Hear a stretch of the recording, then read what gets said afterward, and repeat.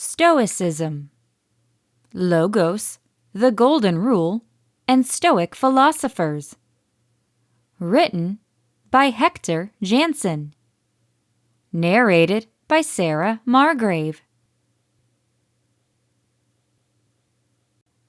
Table of Contents. Chapter 1. What is meant by Stoicism? Chapter 2. Who were the Stoic theorists? Chapter 3. The Golden Rule applied in Stoicism. Chapter 4. Logos. Chapter 5. Why today's best entrepreneurs use Stoicism. Stoicism has been a common thread through some of history's great leaders. It has been practiced by kings, presidents, artists, authors, and business owners. Marcus Aurelius, Frederick the Great, Theodore Roosevelt, Adam Smith, Montaigne, George Washington, Thomas Jefferson, John Stuart Mill, General James Mattis, just among others, were all influenced by Stoic philosophy. So what is Stoicism? We will answer this question and more in this guide. The private diaries of one of Rome's biggest emperors, the personal letters of one of Rome's best playwrights and wisest power brokers, the lectures of a previous servant and exile turned prominent instructor. Against all chances, some 2 millennia later, these extraordinary documents survive. They contain some of the best wisdom in the history of the world, and together, they constitute the bedrock of what's referred to as Stoicism, an old philosophy that was once one of the most well-known civic disciplines in the West, practiced by the wealthy and the impoverished, the effective and the having a tough time in the pursuit of the good life. Other than to the most avid searchers of wisdom, Stoicism is either unidentified or misconstrued. To the typical person, this dynamic, action-oriented, and paradigm-shifting way of living has become shorthand for emotionlessness. Given the simple fact that the mere reference of philosophy makes most people worried or bored, Stoic philosophy on the surface area seems like the last thing anybody would want to find out about, let alone urgently need in the course of daily life. It would be hard to find a word that dealt a greater injustice at the hands of the English language than Stoic. In its rightful place, Stoicism is a tool in the pursuit of self-mastery, determination, and knowledge, something one uses to live a great life, instead of some esoteric field of academic questions. Certainly, many of history's great minds not only understood Stoicism for what it really is, they sought it out. Frederick the Great, Eugene Delacroix, George Washington, Immanuel Kant, Thomas Jefferson, Matthew Arnold, Walt Whitman, Adam Smith, Ambrose Bierce, Ralph Waldo Emerson, Theodore Roosevelt, and William Alexander Percy. Each of them read, studied, quoted, or admired the Stoics. The age-old Stoics themselves were no slouches.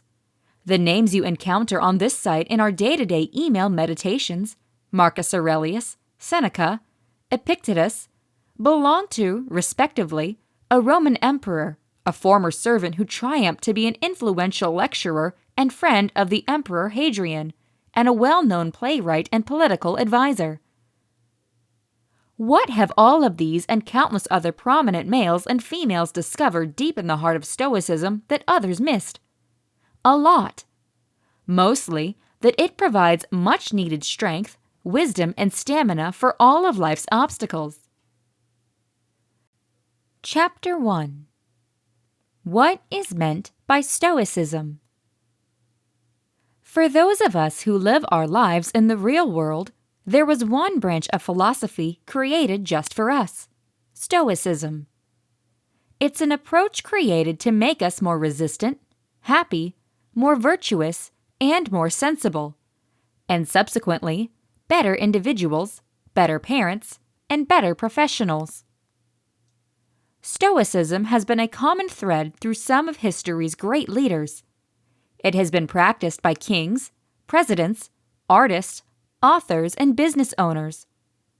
Marcus Aurelius, Frederick the Great, Theodore Roosevelt, Adam Smith, Montaigne, George Washington, Thomas Jefferson, John Stuart Mill, General James Mattis, just among others, were all influenced by Stoic philosophy. So what is Stoicism? We will answer this question and more in this guide. The private diaries of one of Rome's biggest emperors, the personal letters of one of Rome's best playwrights and wisest power brokers, the lectures of a previous servant and exile turned prominent instructor. Against all chances, some 2 millennia later, these extraordinary documents survive. They contain some of the best wisdom in the history of the world, and together, they constitute the bedrock of what's referred to as Stoicism, an old philosophy that was once one of the most well-known civic disciplines in the West, practiced by the wealthy and the impoverished, the effective and the having a tough time in the pursuit of the good life. Other than to the most avid searchers of wisdom, Stoicism is either unidentified or misconstrued. To the typical person, this dynamic, action-oriented, and paradigm-shifting way of living has become shorthand for emotionlessness. Given the simple fact that the mere reference of philosophy makes most people worried or bored, Stoic philosophy on the surface area seems like the last thing anybody would want to find out about, let alone urgently need in the course of daily life. It would be hard to find a word that dealt a greater injustice at the hands of the English language than Stoic.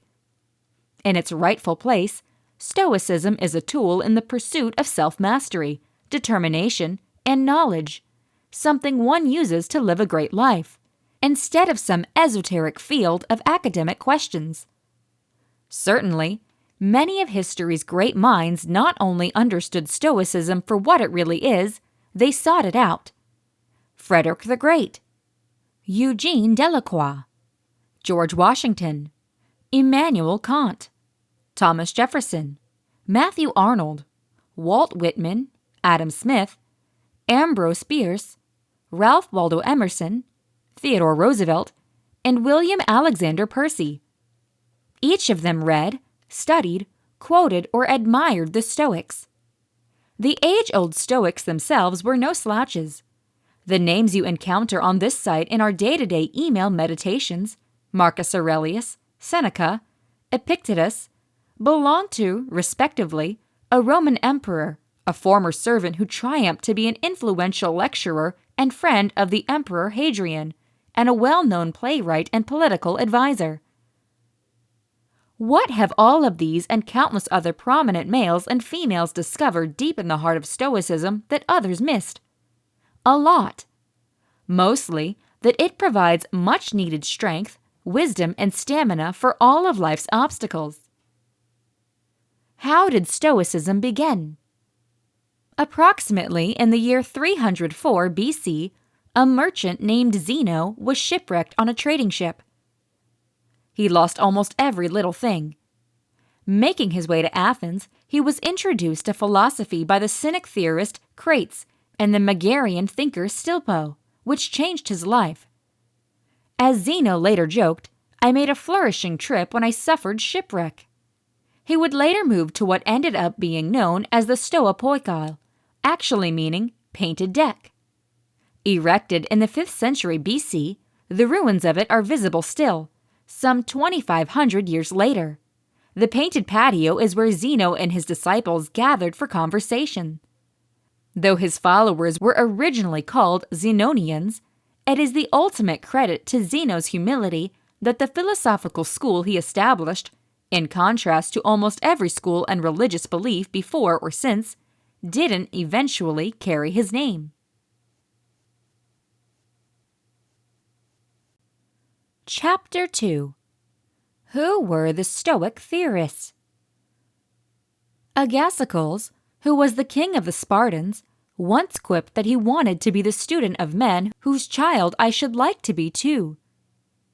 It is a very critical consideration we need to make in our look for role models. Stoicism is no different than this. Before we start our research studies, we need to ask ourselves, who are the people who followed these kinds of precepts? Who can I point out as an example?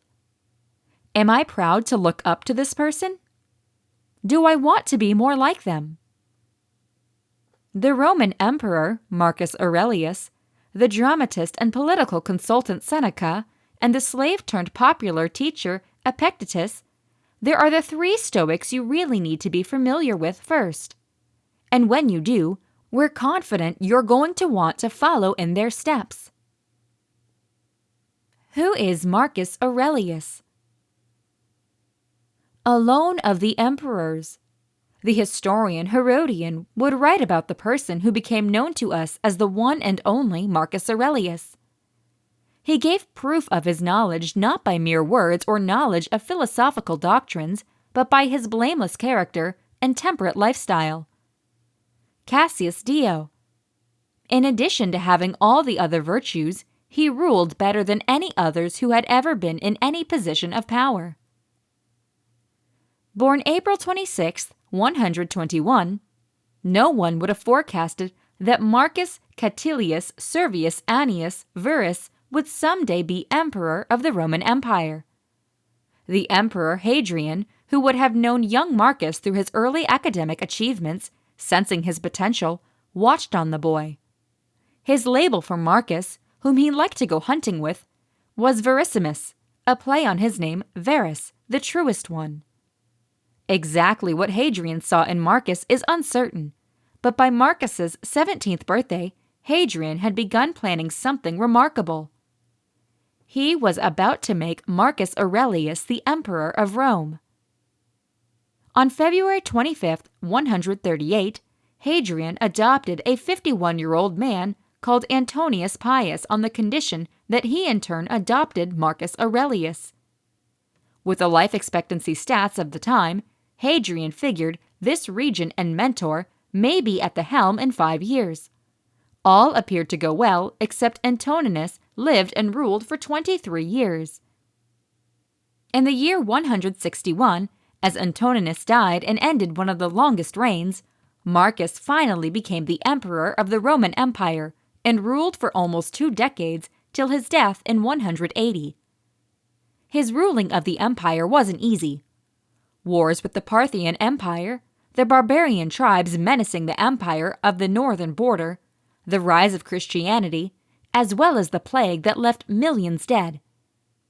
The famous historian Edward Gibbon wrote that under Marcus, the last of the 5 good emperors, the Roman Empire was governed by outright power, under the guidance of knowledge and virtue.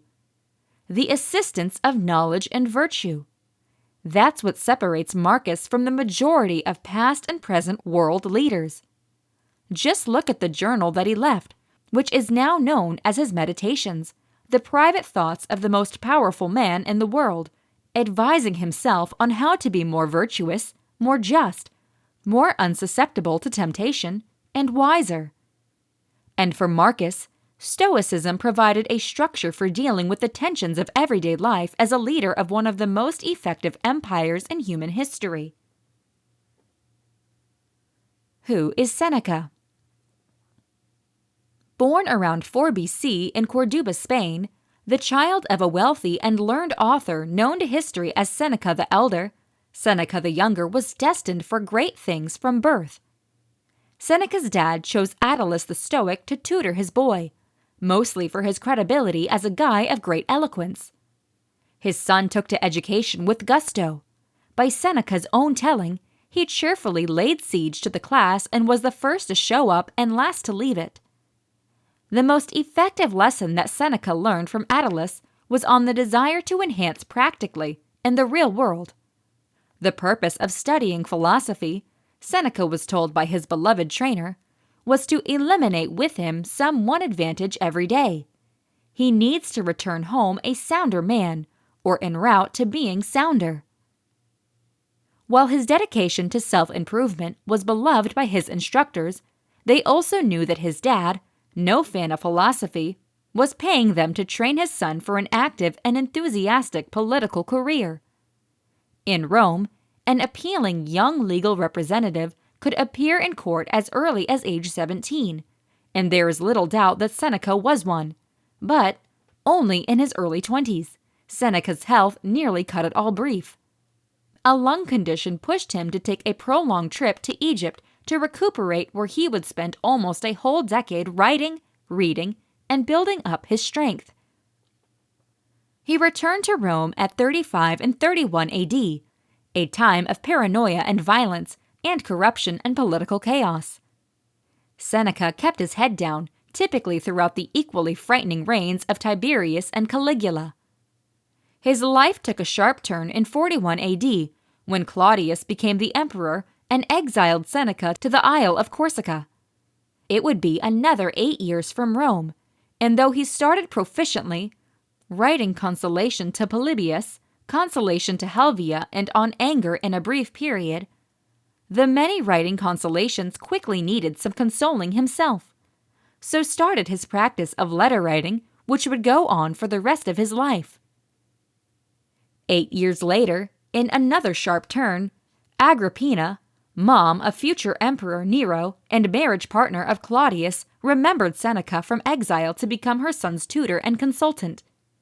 At 53 years old, Seneca is unexpectedly elevated to the center of life in the Roman imperial court, a whirlwind of events that history still hasn't covered its head around. In the end, Seneca made only minimal impact on Nero, a guy whose time would shortly reveal to be deranged. Was it always a helpless mission? Most likely, but all a Stoic can do is appear and do our work. Seneca really believed he had a responsibility. As he would later write, the distinction between the Stoics and the Epicureans is that the Stoics felt that politics was a task. Who is Epictetus? While Seneca would speak with unexpected relatability about slave owners who became owned by the responsibility and management of their servants, or other Stoics would congratulate themselves for their gentle treatment of their human goods, Epictetus actually was one. His given name isn't known. Epiktetos is Greek, and the meaning of it is gotten. Epictetus was born into bondage. Epictetus' reference of his owner, Epaphroditus, is surprisingly neutral, just because we know Epaphroditus was cruel, even by Roman standards. Later, Christian authors tell us that Epictetus' master was violent and base, at one point twisting Epictetus' leg with all of his might. As a penalty? As an ill satisfaction. In a wrestling match. Attempting to get a disobedient young kid to follow instructions? We don't know. All we hear is that Epictetus calmly warned him about taking it too far. When the leg snapped, Epictetus made no noises. He uttered no tears. He smiled and was looking at his master and then asked, "Didn't I warn you?" For the remainder of his life, Epictetus would walk with a limp. Having said that, Epictetus stayed unbroken by the incident. Lameness is an impediment to the leg, he would later claim, but not to the will. Epictetus would choose to see his impairment as only a physical impairment, and in fact it was that idea of choice that described the core of his philosophical beliefs.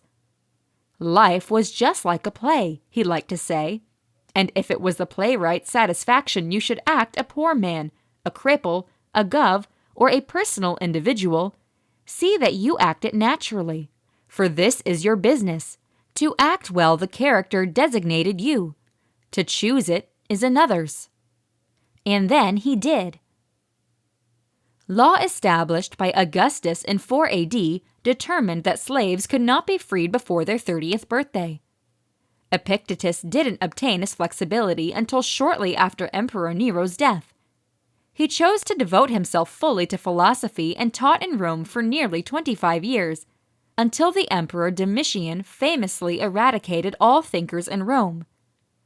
Epictetus got away to Nicopolis in Greece, where he established an approach school and taught until his death. Chapter 3.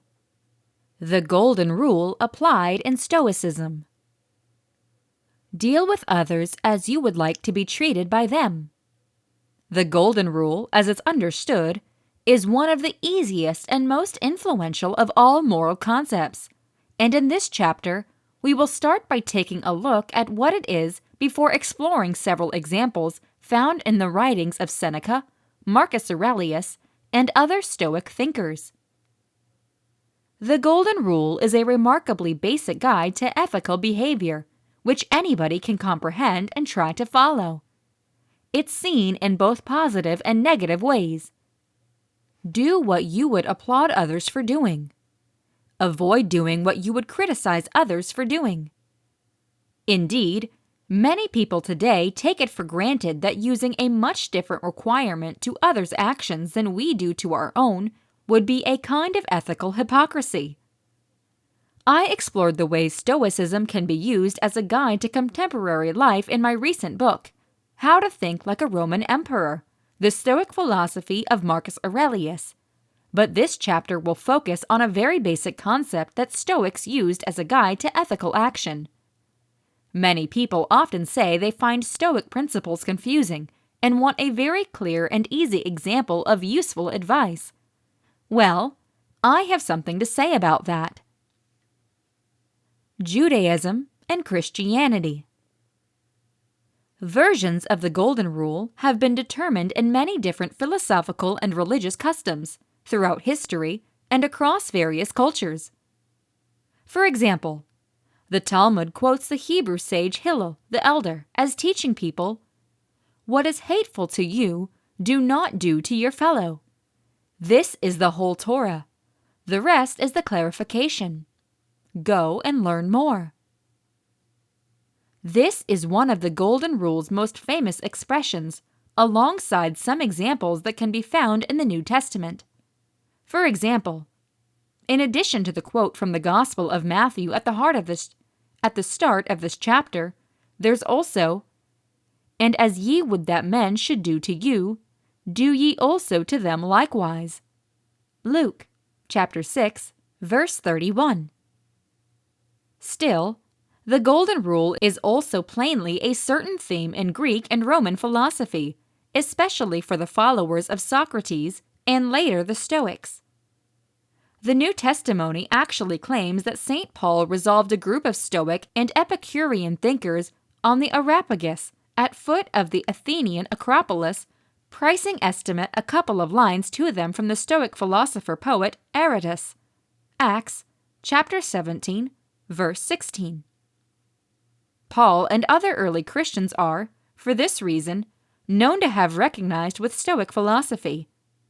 Indeed, Stoicism is believed by a lot of contemporary experts to have been among the key philosophical impacts upon early Christian principles. Whether or not early Christians actually obtained the Golden Rule from Stoic philosophy, they should have realized that the Stoics had already been teaching extremely comparable ideas. It's the principles of the Socratic and Stoic tradition that we're going to focus on for this reason in the rest of this chapter. Socrates and the Golden Rule.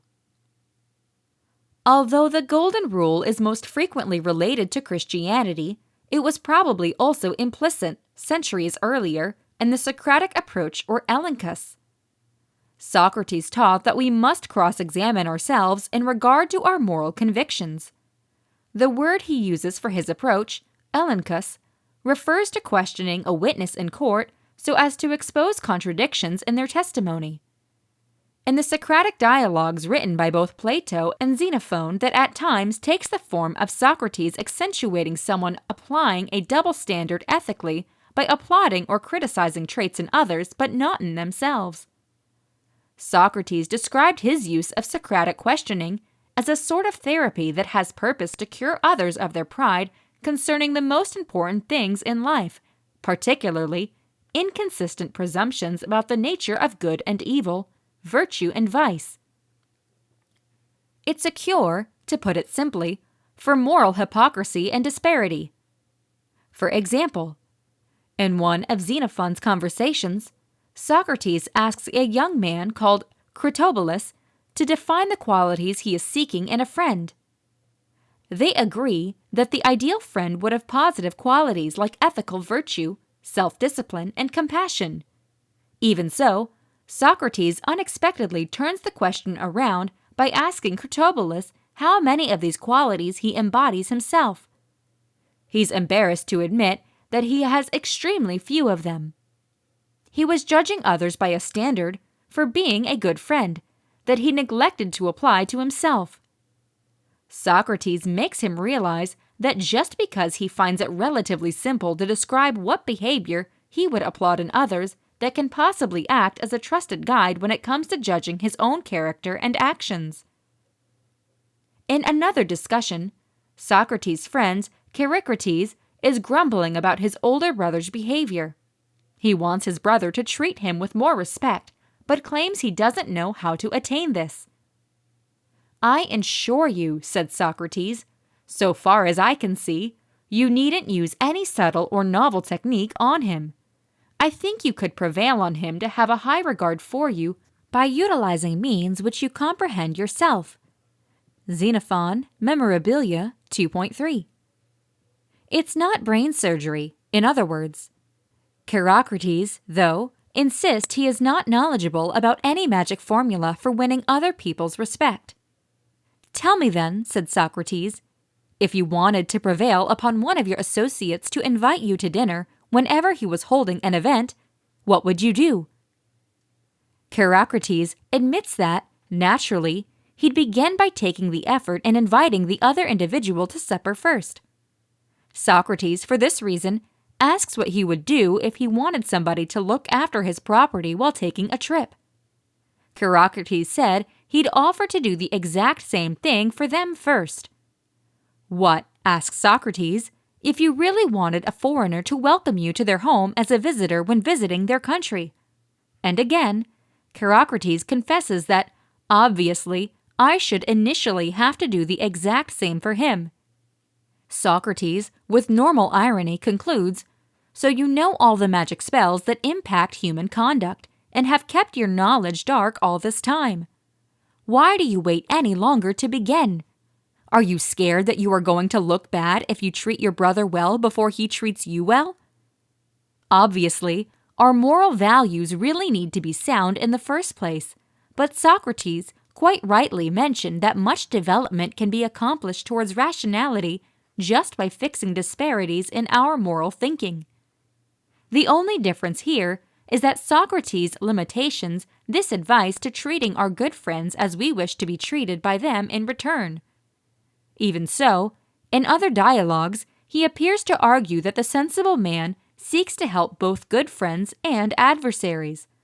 Nonetheless, these examples and others clearly show there's plenty of golden rule type thinking to be seen in the Socratic conversations. Undoubtedly, in Plato's Laws, although it is not attributed to Socrates, the golden rule is specified rather explicitly in relation to property rights. The principle of them is really easy. "Thou shalt not, if thou canst help, touch that which is mine, or eliminate the least thing which belongs to me without my authorization, and may I be of a sound mind, and do to others as I would that they are supposed to do to me." Plato, Laws, 11.913. The Golden Rule in Stoicism. The Stoics reputedly considered themselves to be a Socratic school of philosophy, and they drew a good deal of inspiration from Socrates. In their works, we therefore find the Golden Rule became something much closer to its familiar form, as found in the Christian tradition. In the fragments from the Stoic Heracles, protected by Stobaeus, for instance, we find a really clear expression of the Golden Rule. The first admonition, for that reason, is extremely clear, easily gotten, and is pretty common to all guys. For it is a sane assertion which every man will consider as obvious, and it is the following: act by everybody, in the same way as if you supposed yourself to be him, and him to be you. Heracles, Fragments. Heracles goes on to show this point by reference to the master-slave relationship. For he will use a servant well who considers with himself how he would think it correct to be used by him, if he undoubtedly was the master and himself the servant. The exact same thing also must be said of parents with respect to kids, and of children with respect to parents, and in short, of all men with respect to all. Heracles, Pisces. In discussing the master-slave relationship, the Stoic philosopher Seneca also wrote, "But this is the kernel of my advice. Treat your inferiors as you would be treated by your betters." Seneca, Letters 47. In On Anger, Seneca clarifies that when growing mad with another individual over some perceived transgression, Stoics should remind themselves that they are capable of doing the same or similar things. Nobody says to himself, "I myself have done or may have done this very thing which I'm upset with another for doing." Seneca, On Anger, 3.12. A few sentences later, he broadens upon this by also using a variation of the golden rule to the issue of anger. Let us put ourselves in the place of him with whom we're mad. At present, an overweening conceit of our own significance makes us prone to anger, and we're quite going to do to others what we cannot endure sure to be done to ourselves. Seneca, On Anger, 3.12. Elsewhere, Seneca applies this knowledge to the question of how best to bestow gifts or favors on others. Let us consider in what way a benefit should be bestowed. I think that I can explain the shortest way to do this. Let us give up the method which we ourselves should like to get. Seneca, On Benefits, 2.1. In one of the pieces at times credited to Epictetus, he writes, "What you keep from suffering yourself, look for not to impose on others." Epictetus, Fragments Epictetus, himself a freed servant, continues as follows. You stay away from slavery, for example. Make sure not to enslave. For if you can bear to see slavery from others, you appear to have been yourself a slave, because vice has absolutely nothing in common with virtue, nor flexibility with slavery. As a person in health wouldn't wish to be attended by the sick, nor to have those that live with him in a state of sickness, so neither would a person who is free bear to be served by slaves, nor to have those that live with him in a state of slavery. Epictetus, Fragments. Marcus Aurelius absolutely nowhere mentions the golden rule as clearly as either Heracles or Seneca. The closest he gets is in the following passage. See that you never feel to misanthropes as such people feel towards mankind. Meditations, 7.65.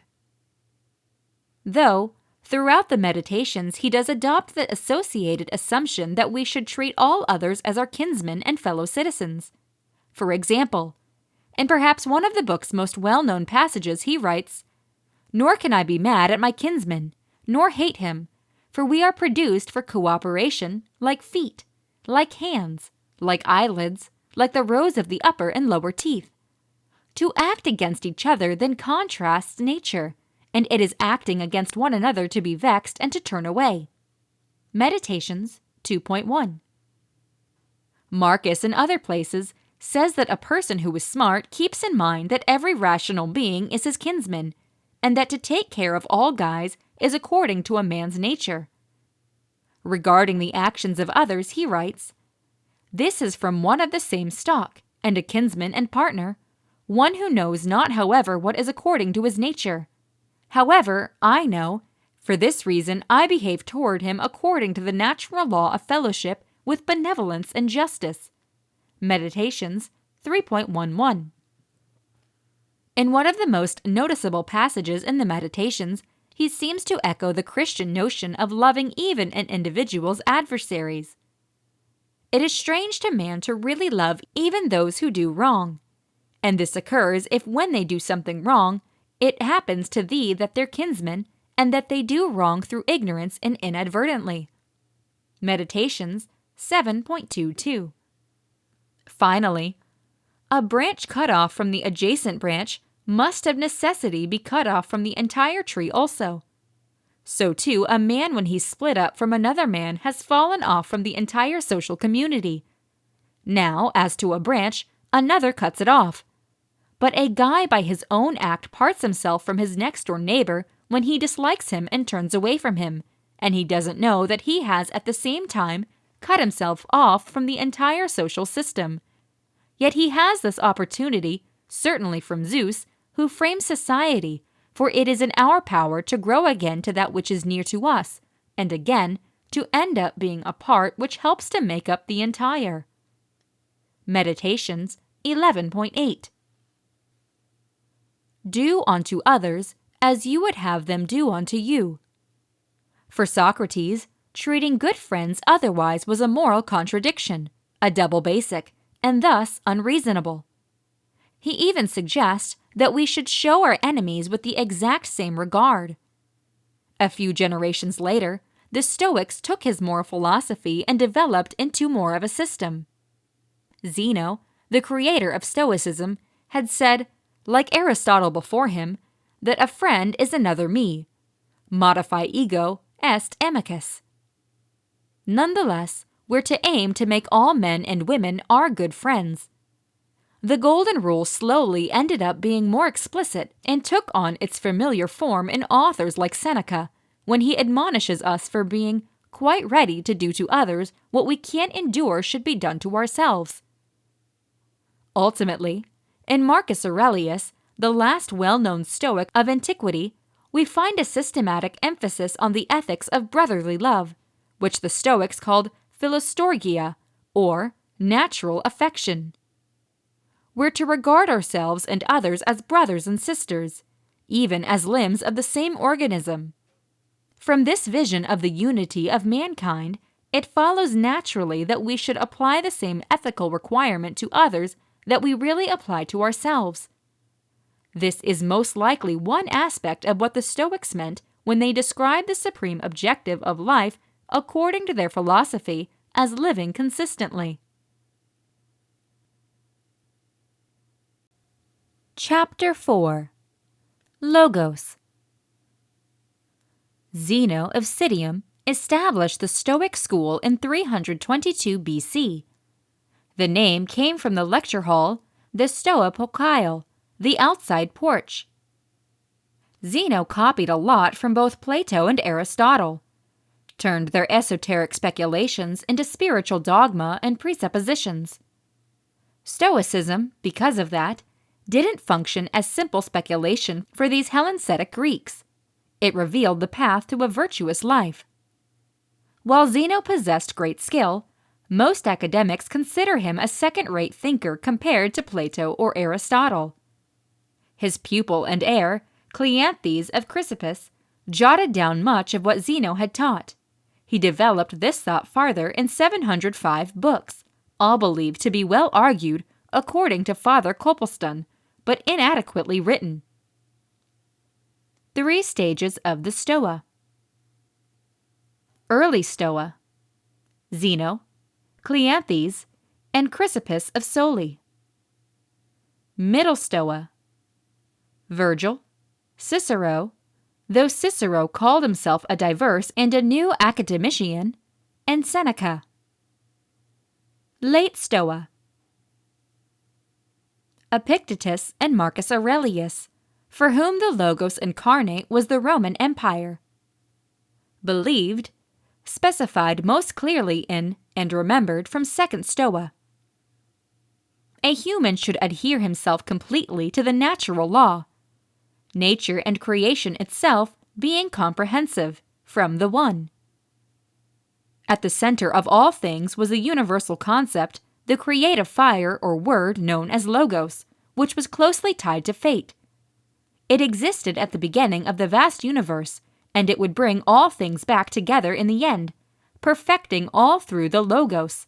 See right below for different understandings of Logos. The various Greek gods represent easy names or manifestations of different aspects of the one. The Stoics understood each as an allegory or a myth, not as a reality in and of itself. Zeno is reported as according the status of gods to the laws of nature, the aether, reason, the stars, the years, months, and season, and as depriving, in his interpretation of Hesiod's theogony, Jupiter, Juno, and Vesta of their divinity, firmly insisting that their names allegorically symbolize magnificent entities of a product nature.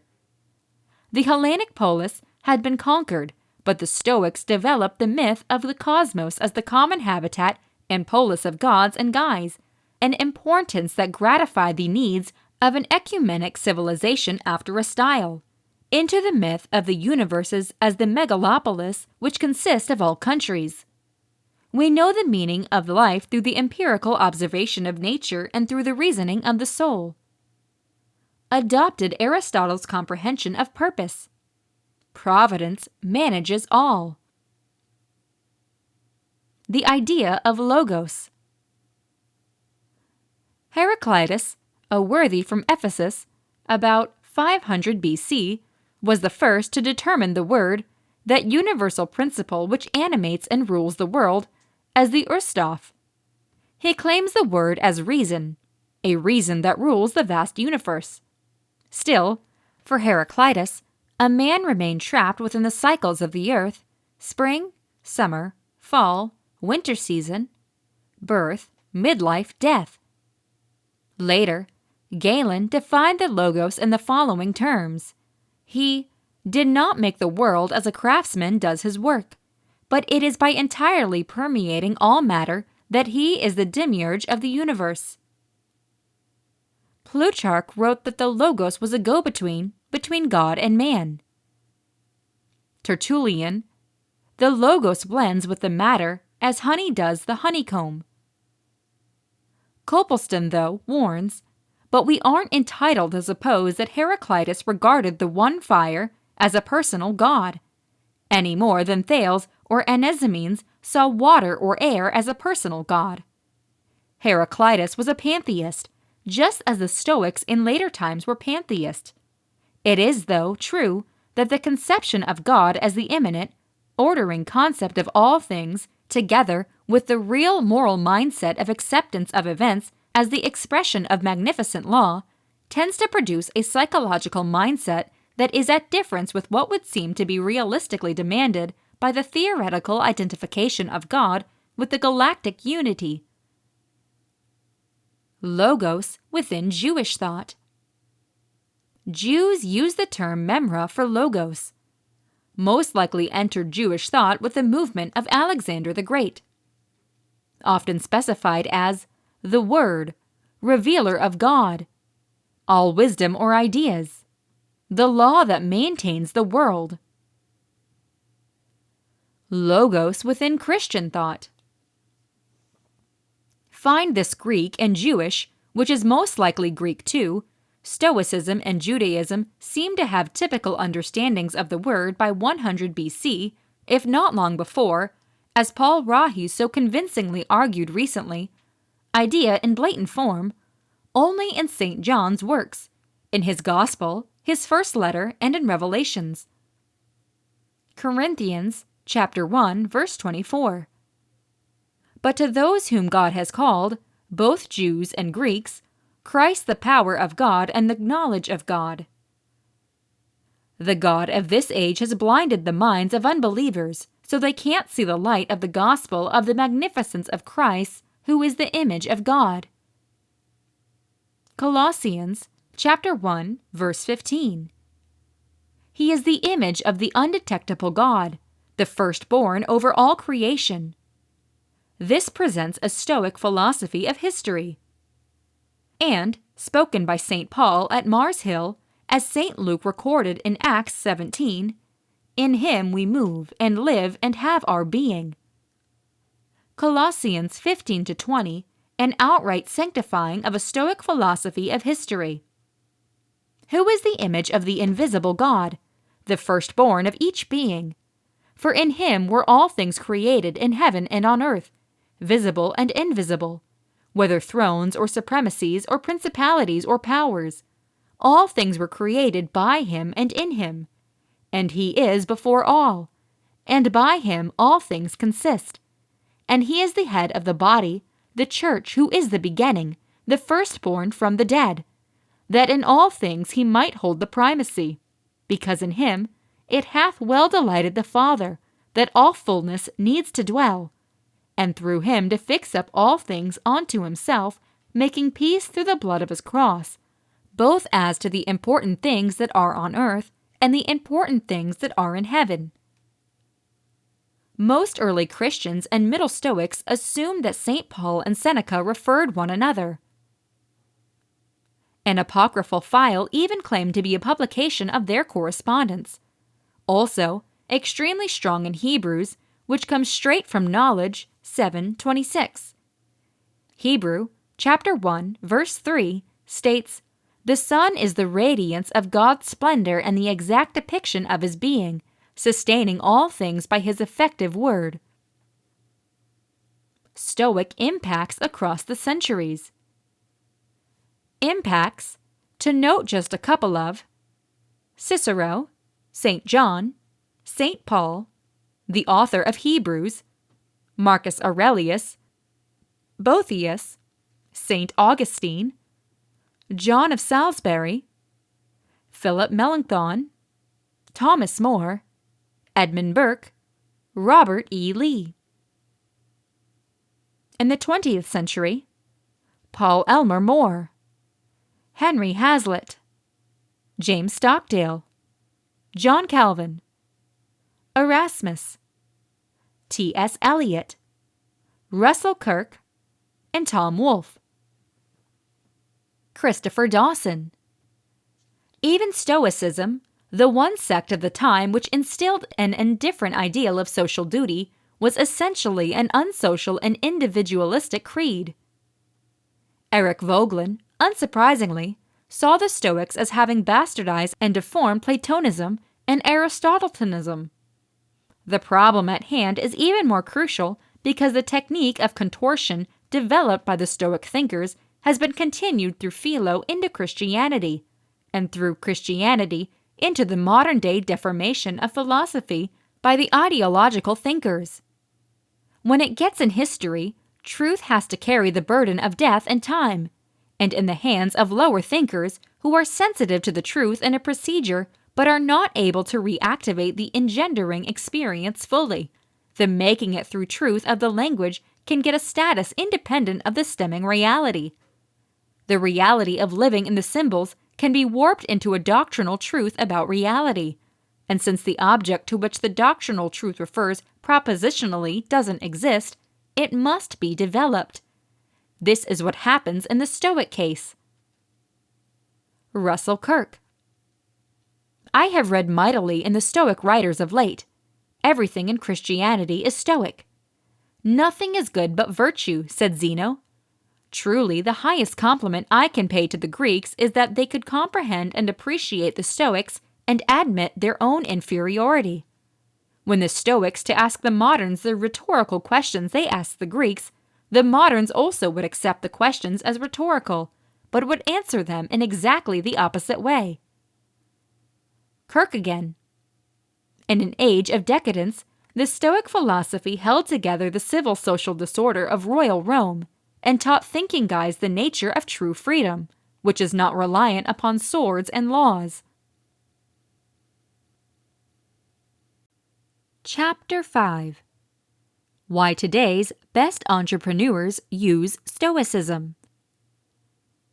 Ask business owners to name their largest obstacle, and you will hear lots of answers. Decision-making, fixating on, staying positive, preserving momentum. The list goes on. As you may already know, starting and running a business is not easy. Now ask those exact same entrepreneurs whether they have a structure for managing these difficulties, and they may have a harder time answering. However, what if I told you that there is a school of philosophy dating back to ancient Greece that can help you handle all of these challenges each day and, as a bonus offer, may even enrich your lifestyle? And better still, you don't have to be an expert to figure out how to use it. It's called Stoicism, and it is a useful philosophy that's used by some of today's biggest thinkers and service minds, and that includes Tim Ferriss, Ryan Holiday, Arianna Huffington, and Jack Dorsey. Emperor Marcus Aurelius was a huge adherent of Stoicism as well, and it helped him to lead Rome for almost 20 years. Aurelius wrote some things about his observations as a Stoic leader in his journals, later published under the title Meditations. Stoicism gave Aurelius a manual for living a virtuous life, concentrating on what mattered and persevering despite obstacles, and the Roman emperor had more than several. But as he wrote in Meditations, our actions could be hampered, but there can be no restraining our intentions or dispositions.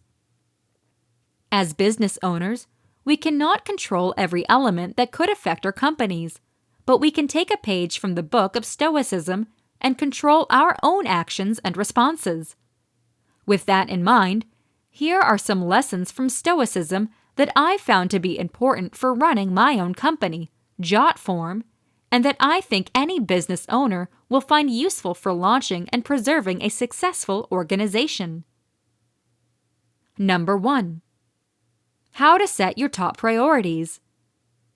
If you seek serenity, do less. Or, more properly, do what is essential. Do less better, because most of what we do or say isn't essential. Marcus Aurelius.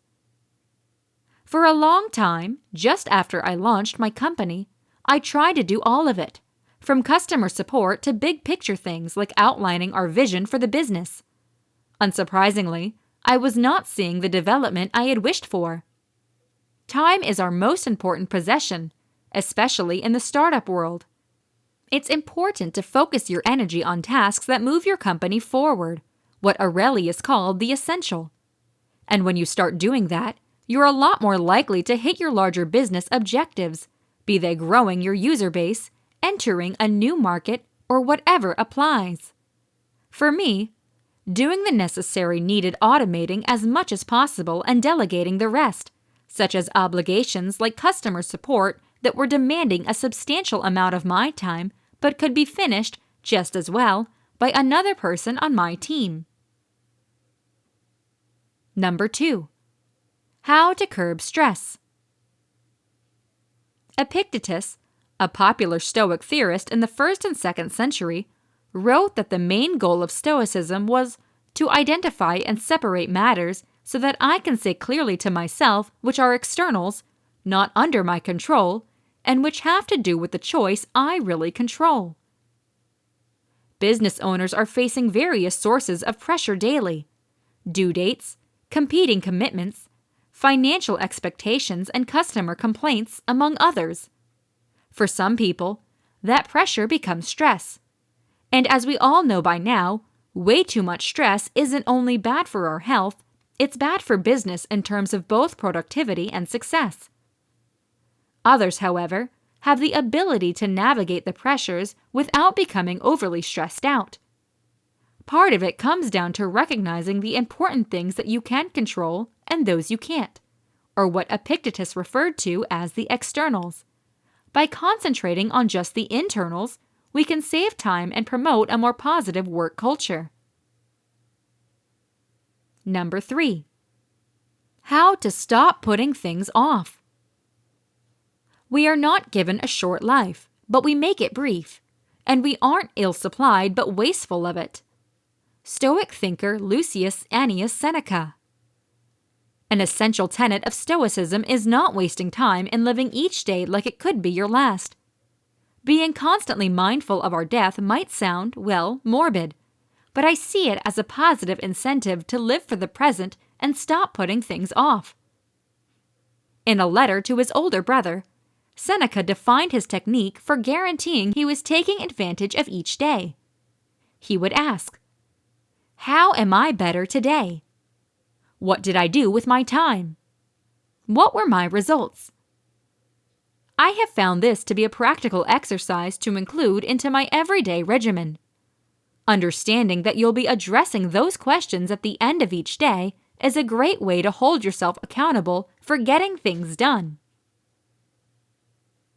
Number 4. How to control your fear. To specify your company against the competition, you should be ingenious, and being innovative needs taking risks, calculated ones, but risks nevertheless. One may believe that the best company people are brave, but as it turns out, they have just learned to manage their fears and proceed forward despite them. Just like any Stoic will tell you, it is pointless to wish things in the world were different. Rather, we should learn how to navigate things as they are, and that includes living with our fears. To do so, Stoics use an approach called premeditatio malorum, Latin for the premeditation of evils. Picture your most dreadful outcome in any situation. Worst case scenario, you're emotionally prepared for whatever the future holds. Best possible scenario, you recognize that even the worst result won't kill you, and maybe that original fear loses its teeth. Having your own organization is tough. While you can never ever remove the demands, there will undoubtedly be pressure and fear and ups and downs. You can learn how to navigate them with a strong Stoic mentality, and both your wellness and your business will be better for it.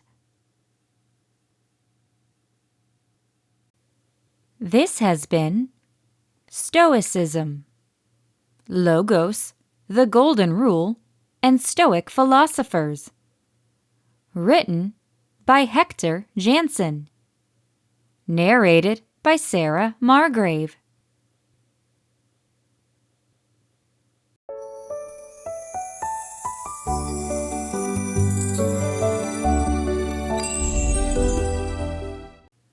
Stoicism, Virtues and Vices to Help You Cure Anxiety.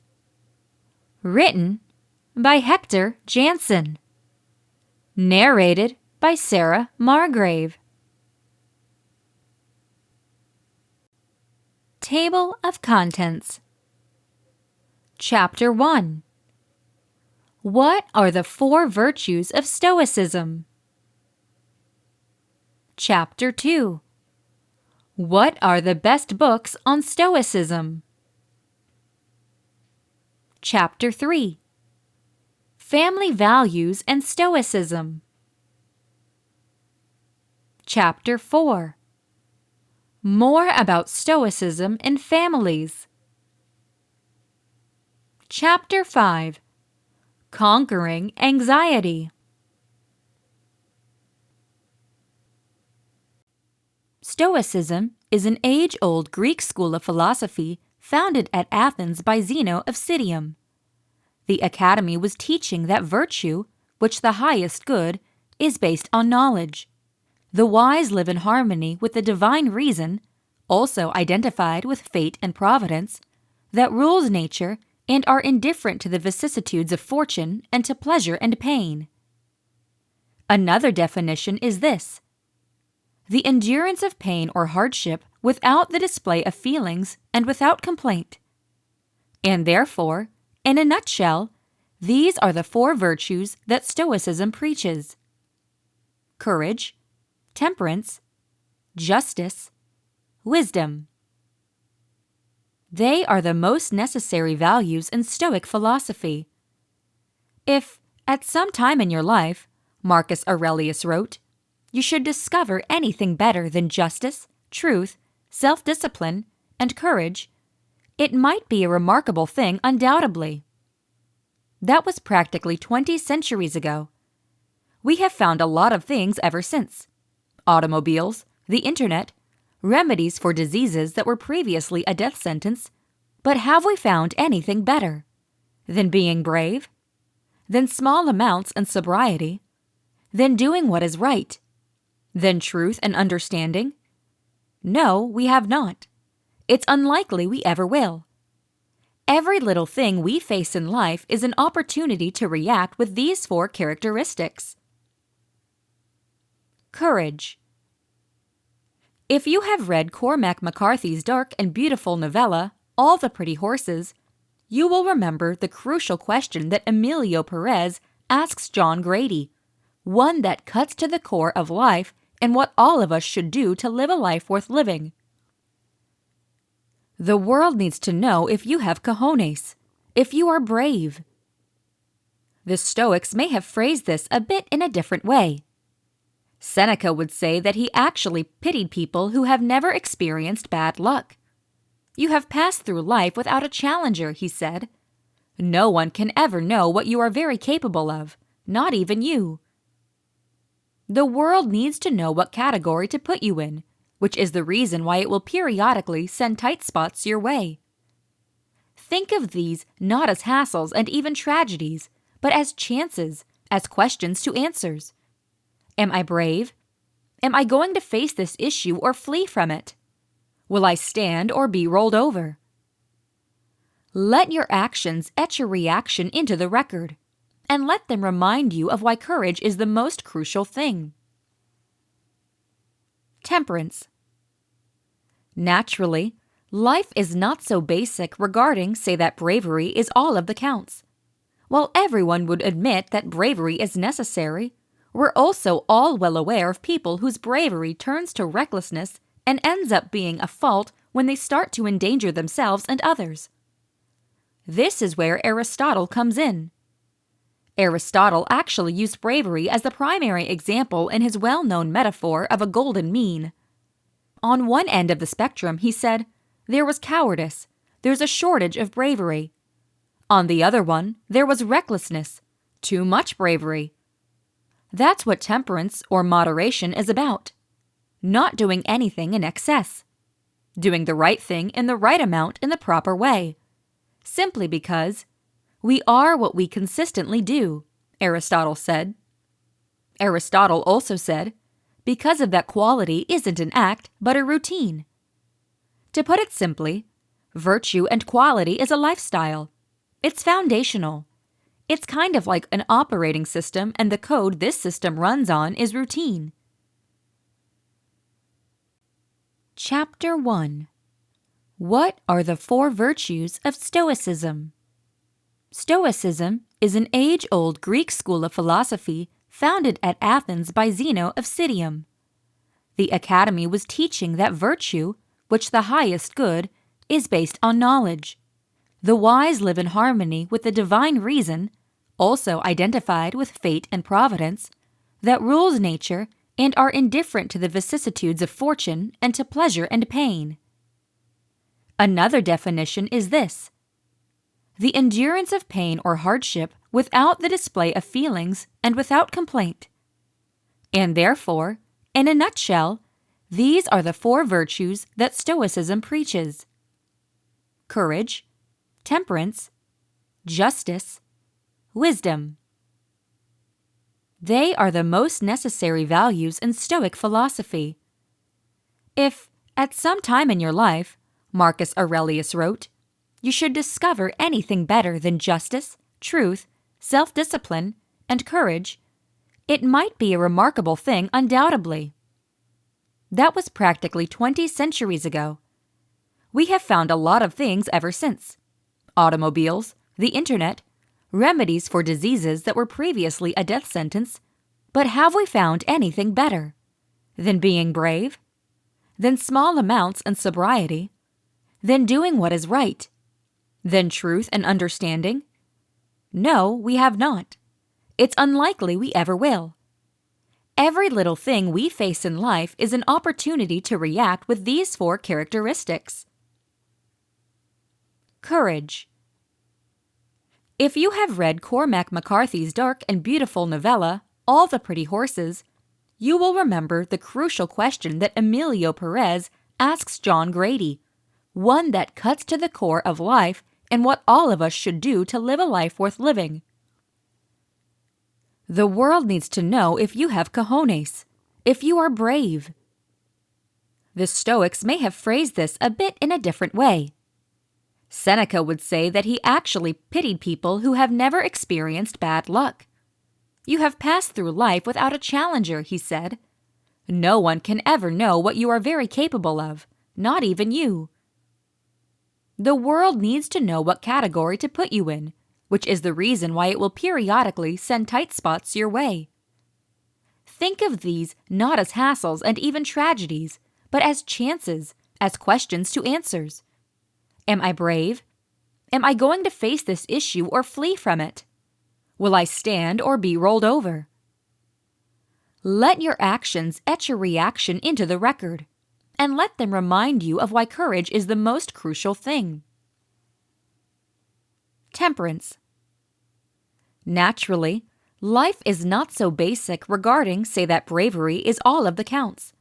While everyone would admit that bravery is necessary, we're also all well aware of people whose bravery turns to recklessness and ends up being a fault when they start to endanger themselves and others. This is where Aristotle comes in. Aristotle actually used bravery as the primary example in his well-known metaphor of a golden mean. On one end of the spectrum, he said, there was cowardice, there's a shortage of bravery. On the other one, there was recklessness, too much bravery. That's what temperance or moderation is about. Not doing anything in excess. Doing the right thing in the right amount in the proper way. Simply because we are what we consistently do, Aristotle said. Aristotle also said, because of that quality isn't an act, but a routine. To put it simply, virtue and quality is a lifestyle. It's foundational. It's kind of like an operating system, and the code this system runs on is routine.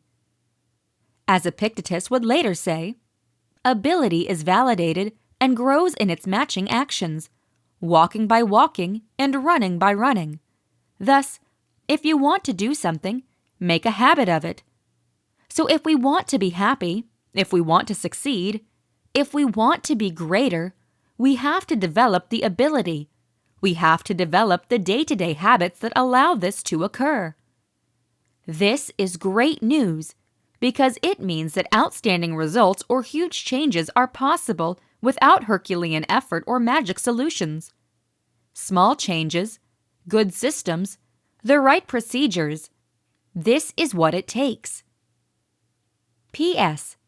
Daily Stoics sifted through the greatest Stoic wisdom and aimed it at one of the most tough parts of life, habit development and development.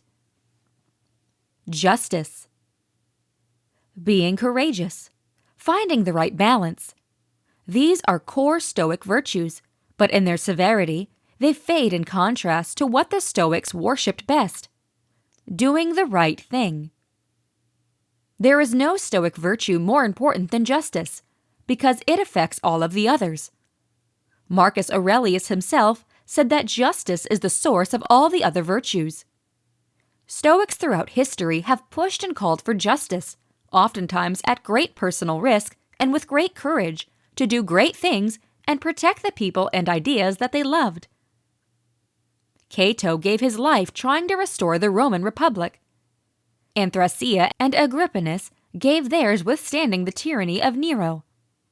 George Washington and Thomas Jefferson formed a new nation, one which would look for, though imperfectly, to fight for democracy and justice, mainly influenced by the philosophy of Cato and those other Stoics. Thomas Wentworth Higginson, a translator of Epictetus, led a black program of troops in the United States Civil War.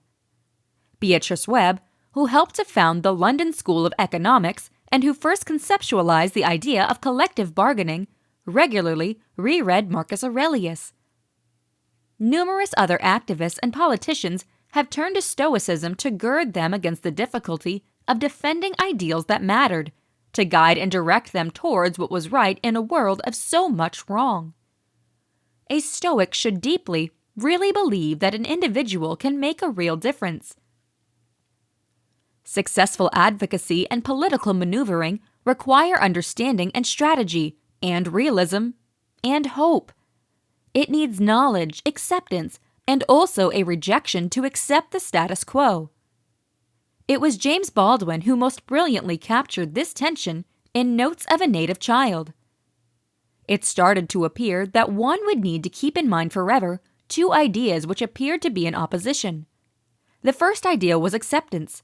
The acceptance, totally without rancor, of life as it is, and men as they are. In light of this idea, It goes without saying that oppression is prevalent. Still, this did not mean that one could be complacent, for the second idea was of equal power, that one should never, in one's own life, accept these oppressions as commonplace, but one must fight them with all somebody's strength. A Stoic sees the world obviously, but also sees clearly what the world can be, and after that they're brave and tactical enough to help bring it into reality. Wisdom, courage, temperance, justice. These are the critical virtues of life. But what circumstances call for courage? What is the correct amount? What is the right thing? This is where the last and vital virtue comes in: wisdom, the understanding, the learning, the experience required to navigate the world. Wisdom has always been valued by the Stoics. Zeno said that we were given 2 ears and 1 mouth for a real reason: to listen more than we talk. And since we have 2 eyes, we are bound to read and observe more than we talk too. It is essential today, as it was in the ancient world, to be able to see the difference between the vast aggregations of information that set out there are available, and the real wisdom that you really need to live a pretty good life. It's key that we study, that we keep our minds opened always. You can't learn that which you think you already know, Epictetus said. It holds true. Which is exactly why we really need to not only be modest students, but also seek out great instructors. It is why we should always read. It is why we cannot stop training. It's why we have to be persistent in removing the signal from the noise. The objective is not just to obtain information, but the right kind of info. It's the lessons found in meditations, in every little thing from the actual Epictetus to James Stockdale getting in the world of Epictetus. It is the key facts, standing apart from the background noise, that you need to take in. Countless years of blazing insight are available to the world. It is very likely that you have the power to learn anything you want at your fingertips. So today, honor the Stoic virtue of wisdom by decreasing, being purposeful, and finding the wisdom that you really need. 2 eyes, 2 ears, 1 mouth. Stay a student. Act accordingly and carefully.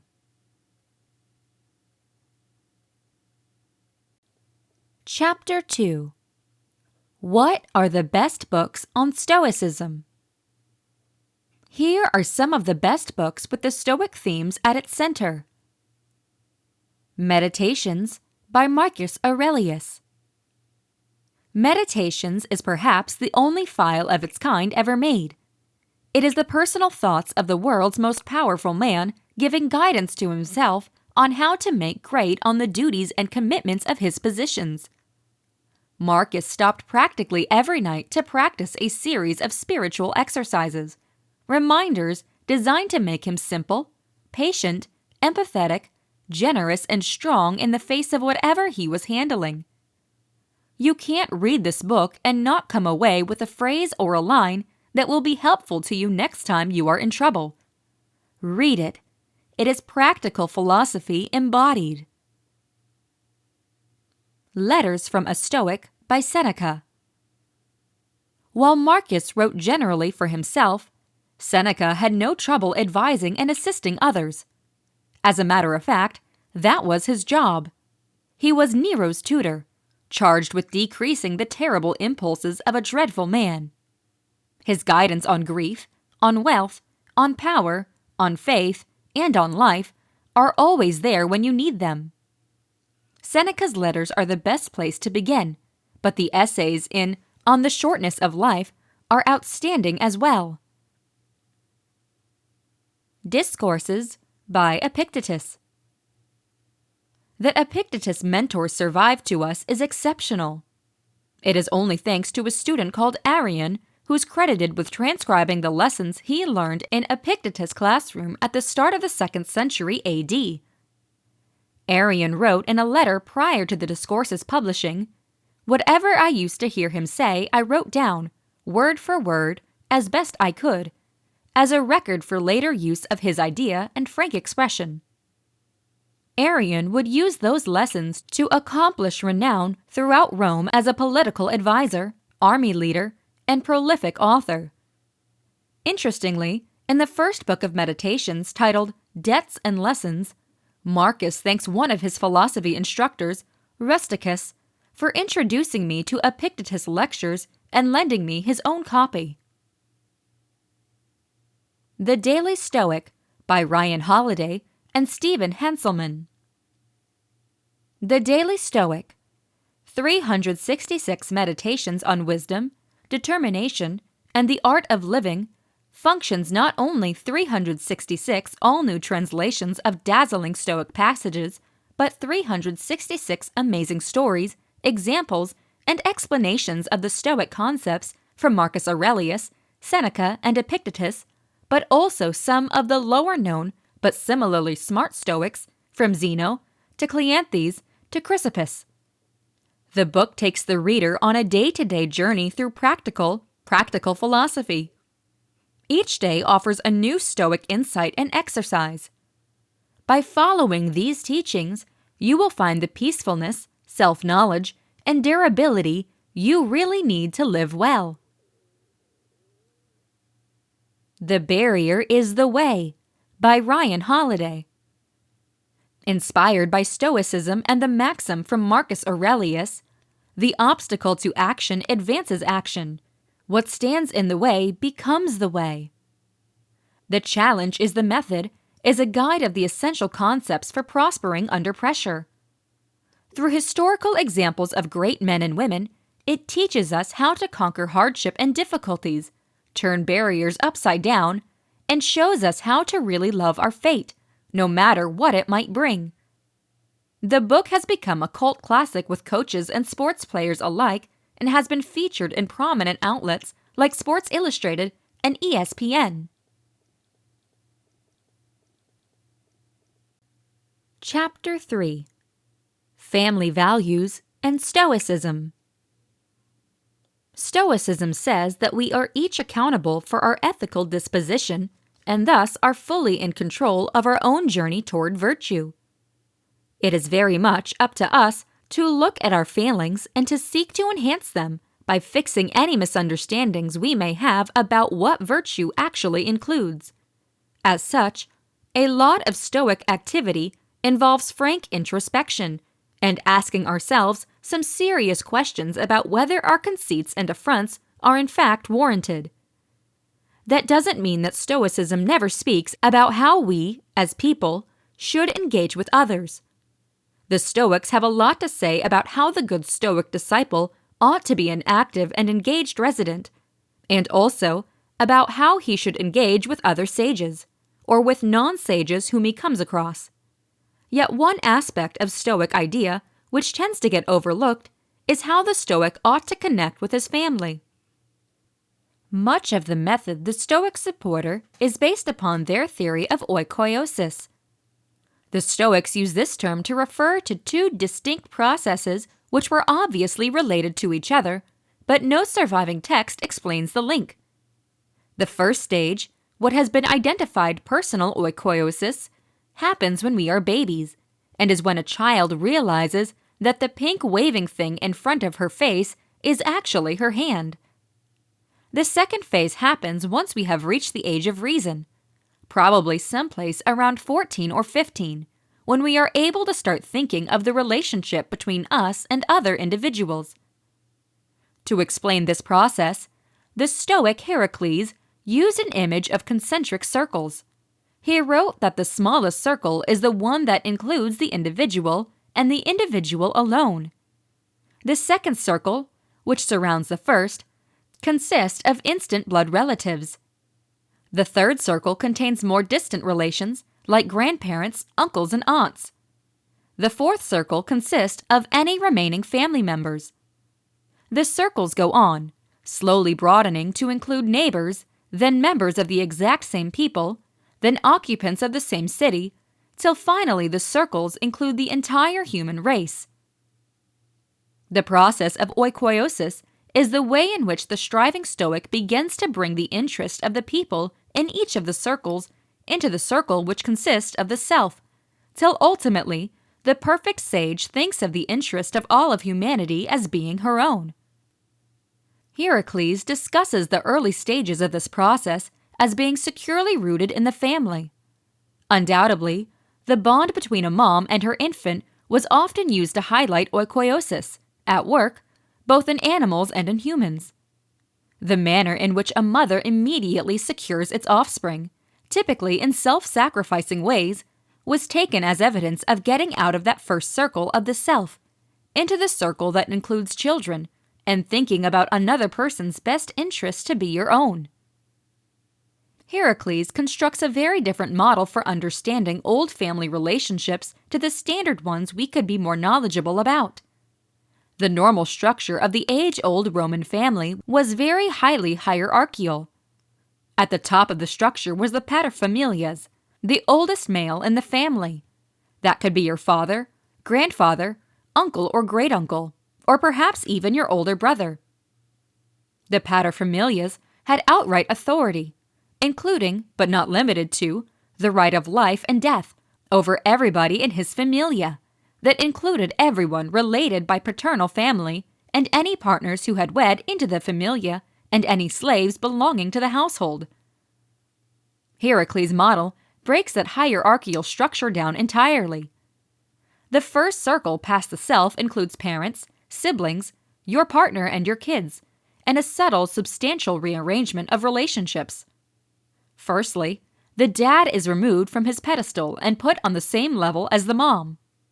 Second, instead of simply reproducing the hierarchy with somebody's parents at the top of the pile, the model totally abandons a top-down method and sees parents as standing in the exact same relation to us as our brothers and sisters, spouse and children. We may have seen our siblings and partner as being vaguely equal, as they are more likely to come from our age cohort, but Stoic concept challenges us to move from thinking of our other family relationships in a vertical way. Maybe the simplest way to think about how this model changes our relationship to the family originates from thinking about the role that they're supposed to play in our lives, not just as authoritarian disciplinarians, but as moral role models. The Romans generally expected dads to be the benchmark by which their sons would measure themselves, and that moms would police their sons' more outrageous behavior, but saw ethics as a basically civil activity, interested in producing good people, as opposed to the internal focus that Stoicism motivates in its adherents. Marcus Aurelius puts the various qualities he's inherited from his family at the front of the Meditations. From my grandpa Verus, I learned good morals and the federal government of my temper. From the track record and remembrance of my father, modesty and a manly character. From my mom, piety and beneficence, and abstaining not only from wicked deeds, but even from evil thoughts. And further, simpleness in my way of living, far removed from the routines of the rich. From my great-grandfather, not to have frequented public schools, and to have had great teachers in the home, and to know that on such things a man should spend freely. That he chooses to open the work with a list of these ethical traditions, instead of with, for instance, a family biography, signals that the influence of the family on his ethical development has been substantial and deserves to have pride of place in the story that he wants the Meditations to tell. If you only read the first page of the Meditations, you will know that he feels financial obligations of gratitude not only to his grandpa and great-grandfather, and indirectly his father, but also to his mom. Indeed, he says, that his mom taught him by her example about not only keeping away from wicked deeds, but even considering them. Such things simply didn't strike her. To be so in tune with virtue that the opportunity for vicious conduct never comes to mind is undoubtedly what the Stoics would consider one mark of the best sage. Similarly, simpleness in living is another mark of sage-like behavior, not to be too connected of the trappings of wealth, though Marcus Aurelius' definition of a modest lifestyle may not have matched up to the modest way of lives of his people. Moms may not just act as models for their sons, but also as buddies along the real moral journey, more highlighting the Stoic difficulty to the assumption of hierarchy in family relationships. In his consolation to Helvia, Seneca writes a brief speech that he envisions his mom, Helvia, saying as she grieves over his lack in exile, outlining the various components of their relationship that she misses. Therefore, I am without the embrace of my most dear child. I cannot enjoy the sight of him or his discussion. Where is he, at whose appearance I relaxed my sad face, in whom I lay all my concerns down? Where are the discussions which I couldn't have enough of? Where are the research studies in which I participated more happily than a woman, more thoroughly than a mom? Where is that always boyish happiness at seeing his mom? Together with missing his smile and his enjoy seeing her, Helvia also misses her child's conversation and their shared research studies. As the rest of Seneca's advice to Helvia explains, the topic in question is philosophical. He encourages her to continue with her research study of philosophy in order to give her true convenience in her circumstance. The implication is that Seneca and his mother have been interacting on reading and talking about Stoicism as a shared and equally pleasurable endeavor. Rather than the parent funneling down moral knowledge to the kid in an allegedly foolproof way, Helvia and Seneca have been partners in the question of ethical expedition. The rigid hierarchy of a relationship based upon age has been deserted. In part, this is because of Seneca's own maturation as a logical grown-up. I'm not suggesting the Stoics think this is a suitable way to parent at 8 years of age. However, the difficulty to undisputed parental authority and the call to operate through mutual query seems to be the underlying premise of the relationship here. These are just snippets of the important things that the Stoics have to say about the family. The problem is that the family can often get eclipsed by other things, by the focus on the individual, or by other theories and ideas. But if a Stoic disciple is serious about living a life which is fully consistent with Stoic concepts, then she must always apply them consistently, and that includes in her dealings with her family.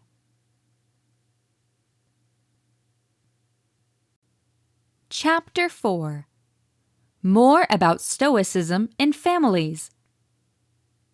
All happy families are alike, wrote Tolstoy in Anna Karenina, and each dissatisfied family is unhappy in its own way. When I first read this line as a teen, I could not understand what Tolstoy meant. How could there be many types of misery, but only one sort of happiness? Don't happy families have their own special set of scenarios and characteristics like everyone else? In the novel, he seemed to be saying that happiness is dull and boring. It did not really make sense. But as the years have rolled on, I've started to comprehend his point. Attempting to produce my own version of a happy family has made me think of what is definitely needed for harmonious relationships: respect, responsibility, commitment, compromise. Maybe this is what Tolstoy meant. Not that happy families actually do everything the same way, but that they have certain routines of mind that let them laugh, understand, and be comfortable with each other. Stoicism tosses a stunning new light over the puzzle of family happiness. Of course, there are secrets to a very happy family. They are called the disciplines of desire, action, and assent. All the virtues that Stoicism develops in a person are also necessary for family harmony. And just as virtue may direct us to eudaimonia, as individuals, a family might be called a very happy family if its members have learned to be reflexively kind, wise, forgiving, and fair. Granted, most happy families in the world don't use Stoic terminology to describe their actions. They may not be able to plainly articulate how and why they get along so well, or they may use words from other cultural or spiritual traditions. However, if you really examined their behavior, I'm guessing you would find these same virtues at the root of their satisfaction. So how do we cultivate harmonious family relationships? This task is rather different from being a virtuous person, because we obviously don't control our members of the family. We do not choose our relatives, except our spouses or partners, and the majority of what they do is beyond our control. Unlike personal virtue, family harmony is a favored indifferent, though an essential and highly preferred indifferent.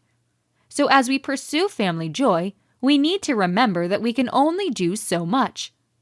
Like the Stoic archer, we can go for a very happy family, but we can't ensure the outcome of our efforts. What we can do is focus on our own contributions to family harmony. We can use knowledge, fairness, generosity, and self-control to all our interactions with our loved ones. No matter what our relatives do or how they respond to our good intents, we can still play our part well. Stoicism gives us the mental tools we really need to take a patient, rational, loving method to our most crucial relationships. With that in mind, here's a synopsis of, in my opinion, the most important Stoic advice on relationships. It revolves around 3 bottom lines: amathia, psychological selflessness, and your role in the family. If you really put all these strategies into practice, you're going to be able to say that at the very least, one member of your family, yourself, is really happy with your efforts. Amathia. Epictetus talks a lot about how nobody tries to be wrong, but most people are simply ignorant of the proper way to be happy. Everybody acts in the manner in which seems best to her or him. The problem is, many people think that their joy is dependent on serving their own narrow self-interest.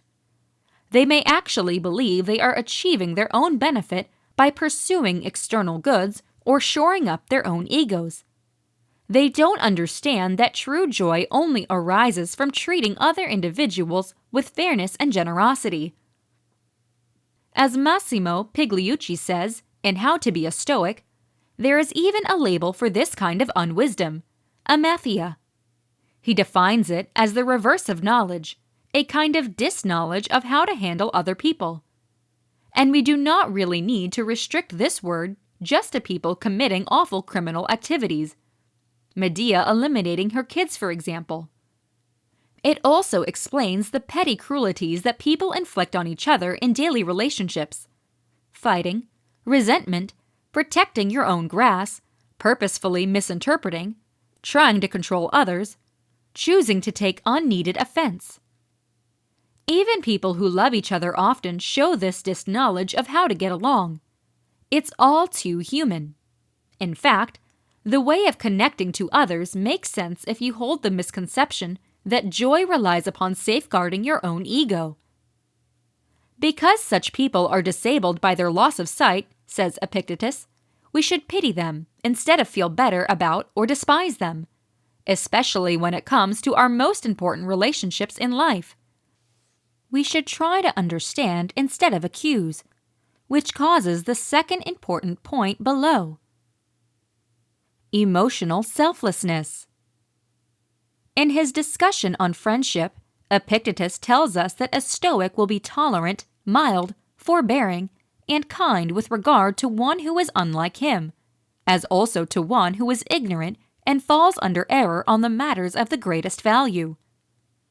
In discussing our relationships with others, he reminds us again that we should not be severe with anybody, simply because people err against their will. Marcus Aurelius, who also knew a thing or two about enduring undesirable people, goes further and says that we should deal with others with genuine goodness, with affection and a heart free from bitterness. This is extremely very hard to do.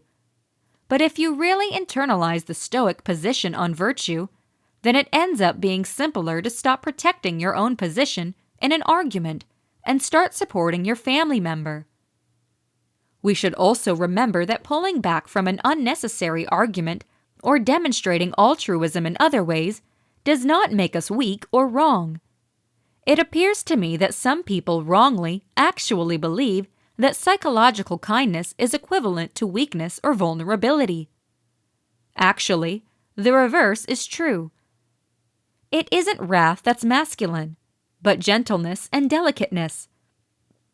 It is just because they are more human than they are more manly.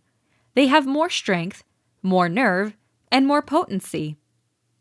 Strength, which obviously applies similarly to women and guys, despite Marcus's identification with manliness, relies on knowledge and justice, while weakness relies on pettiness and selfishness.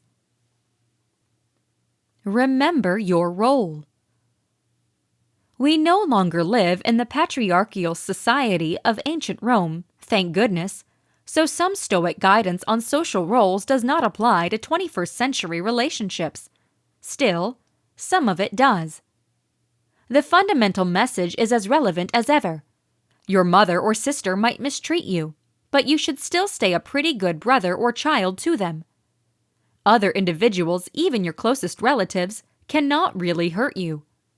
Your brother could steal your inheritance, or your father could forbid you from studying philosophy, but you should still behave appropriately to them. It is better to be the person mistreated than the one who is mistreating others. Of course, things can get complex if you're not sure exactly what your role is.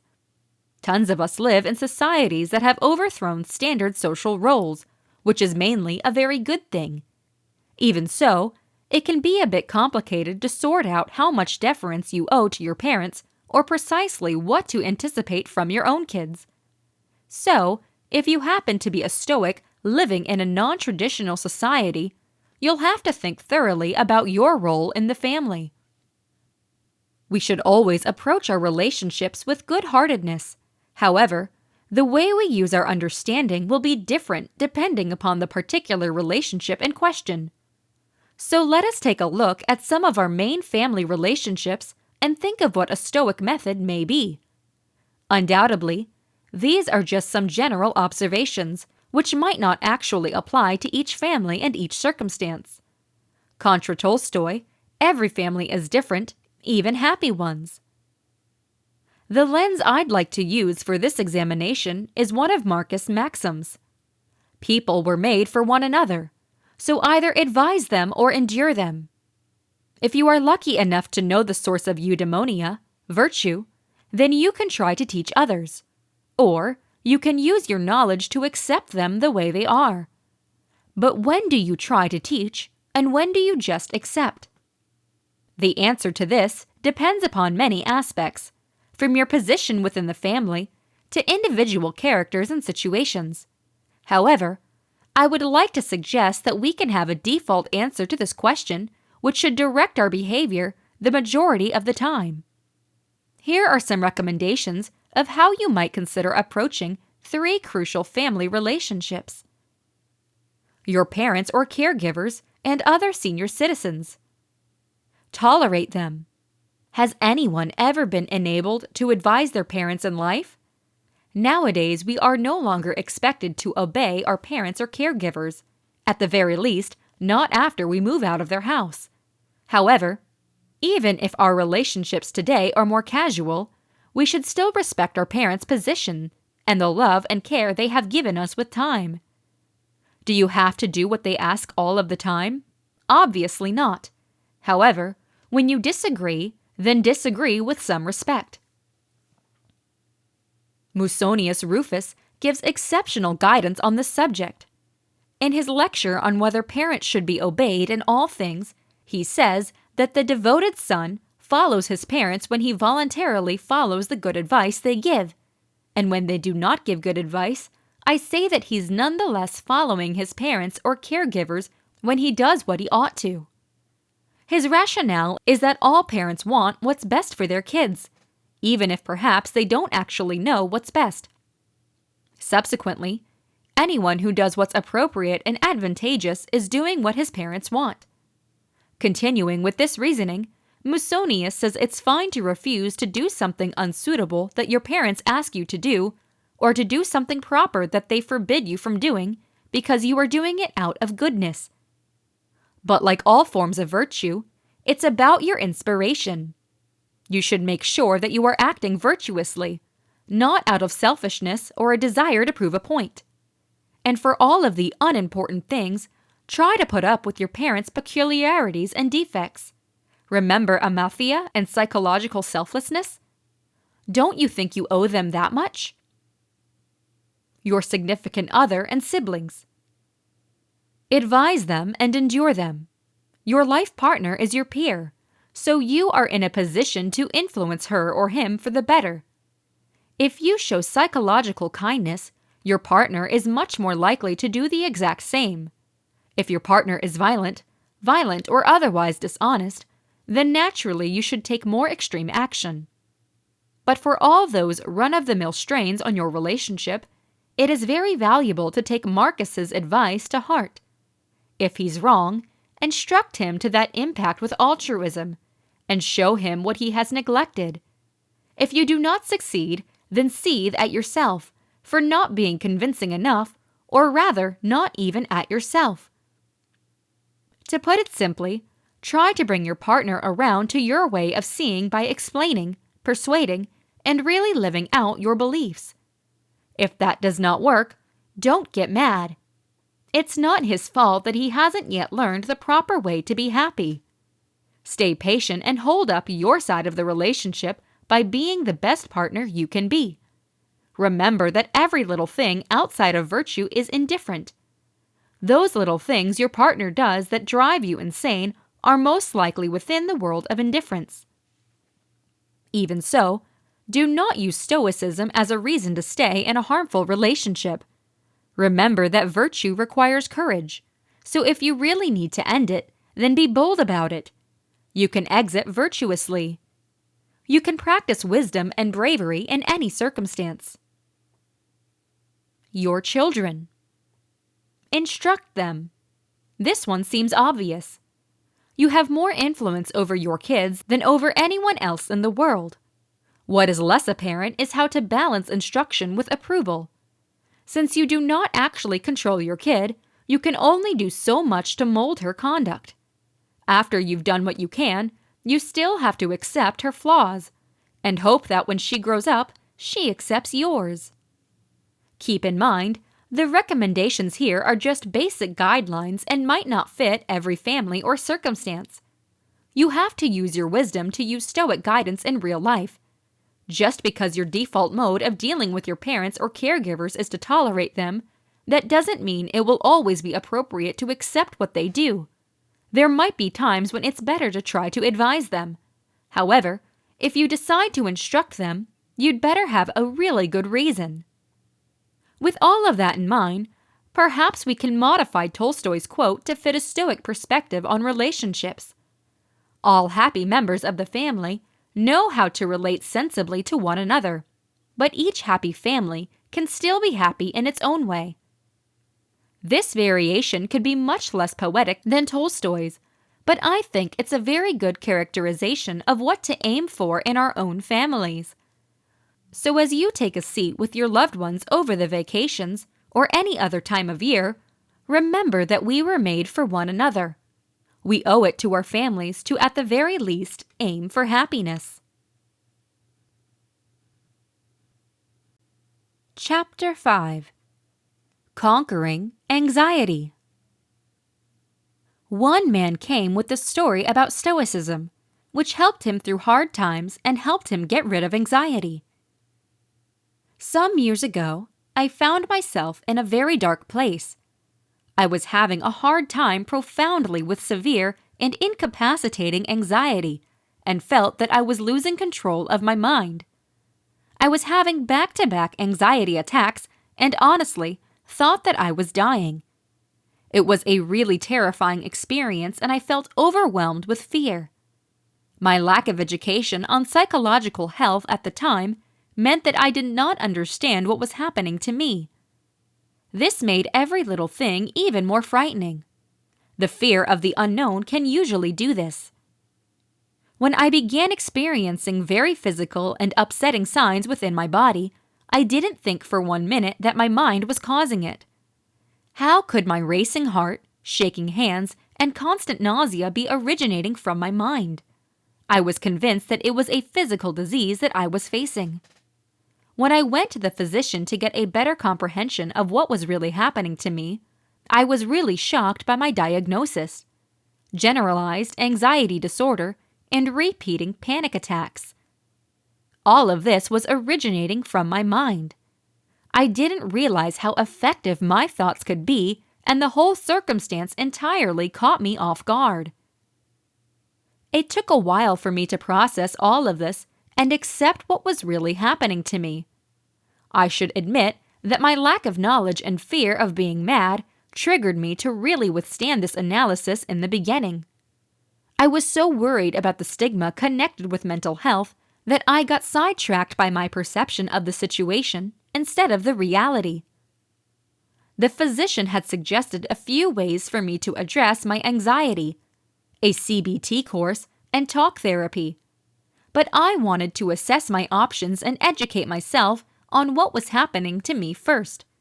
I could always choose to have therapy, CBT, at a later date. To make a notified decision on how to deal with my anxiety, I started reading things. This was not just casual reading. This was a very serious endeavor. I got so engrossed in determining what was really happening to my mind that I ended up being obsessed with reading as many books as possible. I was desperate for answers.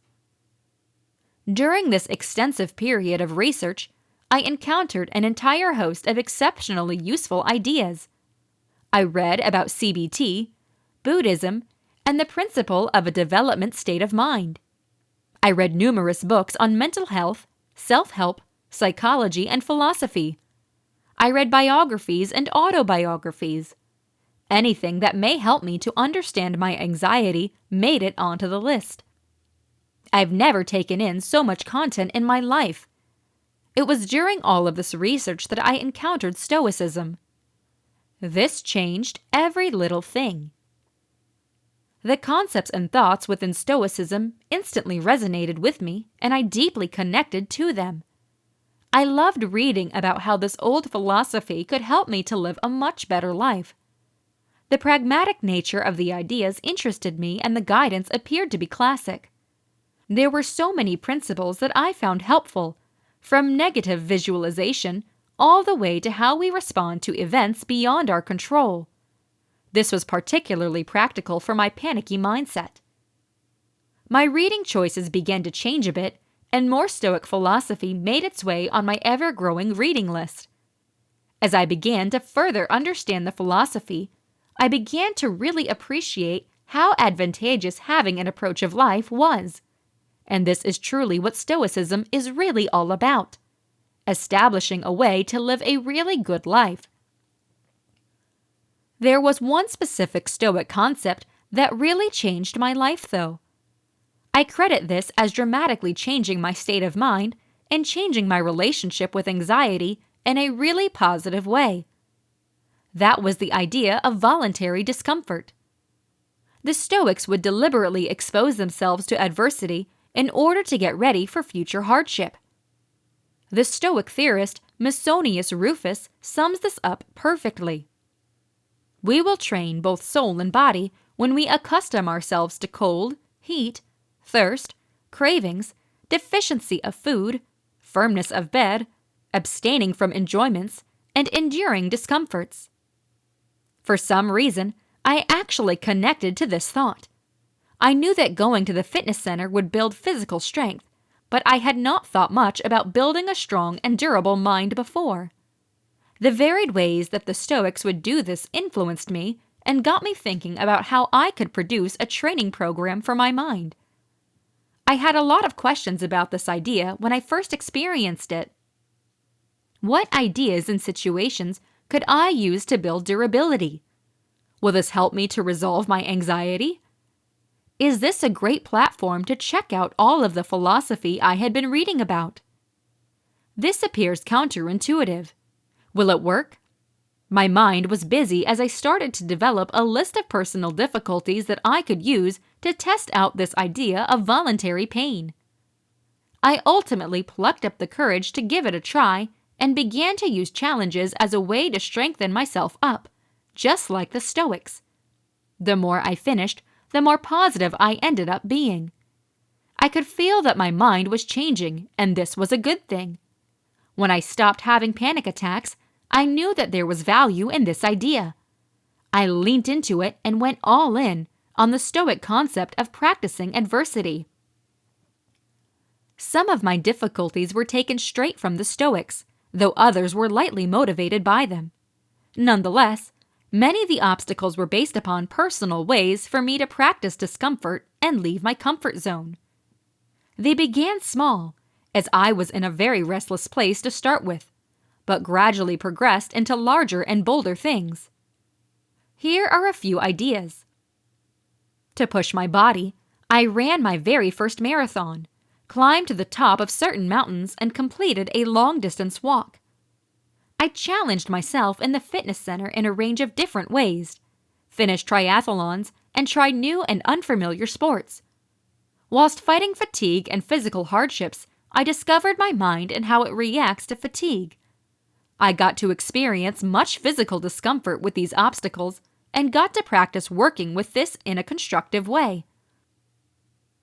To push my mind, I exposed myself to the cold with ice baths, cold showers, and swimming in the British Sea in winter. I overslept on common spots, dealt with a very serious fear of needles by getting acupuncture, fasted, and learned how to practice meditation. I also ate uncommon food and queued for definitely no purpose other than to test my state of mind. To further challenge my mind, I began learning new abilities and would pay more attention to what my mind was doing in the process. It was intriguing to explore my relationship with the frustrations I experienced. I began learning Japanese and can now have a discussion in the language without hurting my brain too much. Well, practically. I found out how to resolve a Rubik's Cube in under 1 minute, fold complex origami, juggle, and choose locks. Yes, some of the challenges were rather bizarre. Since beginning to explore voluntary pain, I have been on countless adventures and have ended up doing things that I never thought I would have the ability to do. I even wrote my first book about this entire experience, which was published in June of 2020. But that's another story. This is just scratching the surface area, though, and there are many more difficulties that I have been completing in the name of self-improvement. It is safe to say that my life has been very different since finding this empowering Stoic concept. I'm in control of my anxiety now, and I'm not the panicky mess that I once was. I feel extremely grateful to have found this tool.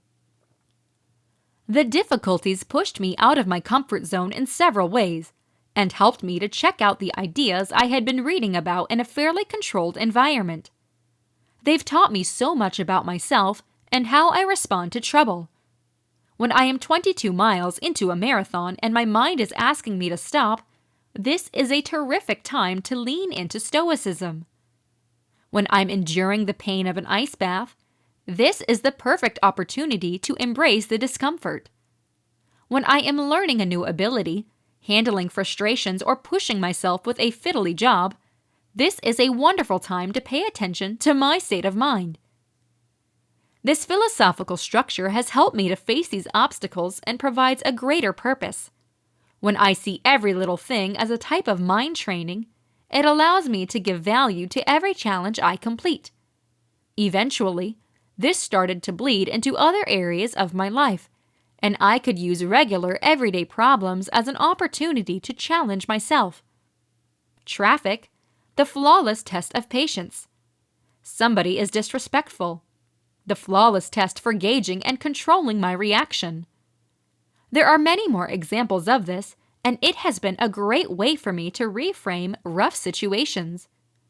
I do not always pass the test, but seeing it as a test helps me to learn a lot from life's troubles. The Stoic concept is that we prepare for hardship by practicing hardship. I feel that this concept has certainly been working for me. An important thing to note is that I would not for 1 minute say that I'm prepared for every little thing that fate might toss at me. Nope. That would be incredibly big-headed. What I truly want to put across is that I am better prepared than I used to be. I am not perfect, far from it, but I am working to better myself every day. I feel a lot more confident at managing the curveballs life throws at me than I was in the past. Some years ago, I could not walk to the bench in my local park without freaking out.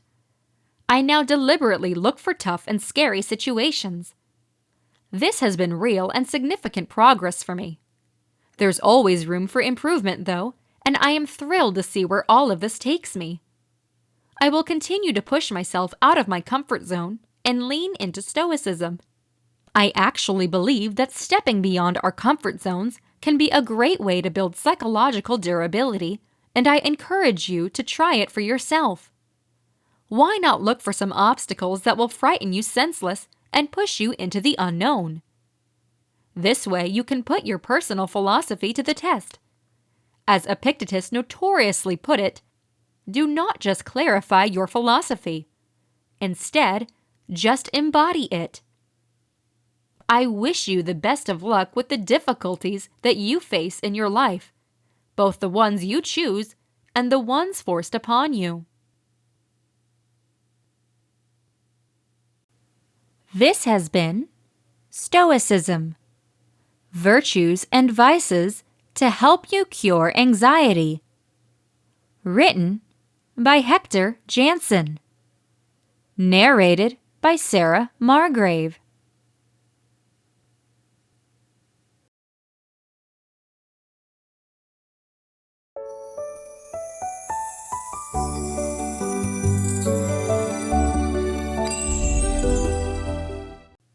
Stoicism: Tips and Routines to Help You Live the People's Philosophy. Written by Hector Jansen. Narrated by Sarah Margrave. Chapter 1: How to Be More Stoic. The old philosophy of Stoicism has affected many lives. Here are some manners in which to become more stoic. Number 1. The dichotomy of control. The chief job in life is simply this: to recognize and separate issues, so that I can say clearly to myself which are externals that are not under my control and which have to do with the choices I actually control. Where then do I look for good and wicked? Not to uncontrollable externals, but within myself to the choices that are my own. Epictetus. The single most essential practice in Stoic philosophy is separating between what we can change and what we can't, what we have influence over and what we do not. A flight is delayed because of weather. No amount of yelling at an airline agent will end a storm. No amount of wanting will make you taller or much shorter or born in a completely different nation. It doesn't matter how hard you try, you can't make someone like you. And aside from that, time spent hurling yourself at these immovable items is time not being spent on the things we can change. Return to this question daily, in each attempting situation. Journal and assess it continuously. If you can focus on explaining what parts of your day are within your control and what parts are not, you will not only be happier, you are going to have a unique benefit over others who fail to realize they're fighting an unwinnable fight. Number 2. Journal. Only a few people care now about the marches and countermarches of the Roman leaders. What the centuries have held onto is a notebook of thoughts by a man whose reality was mostly unknown, who put down in the midnight dimness not the events of the day or the strategies of the morrow, but something of much more permanent interest, the ideals and aspirations that an uncommon spirit lived by. Brand name Blanchard. Epictetus the servant. Marcus Aurelius the emperor. Seneca the power broker and playwright.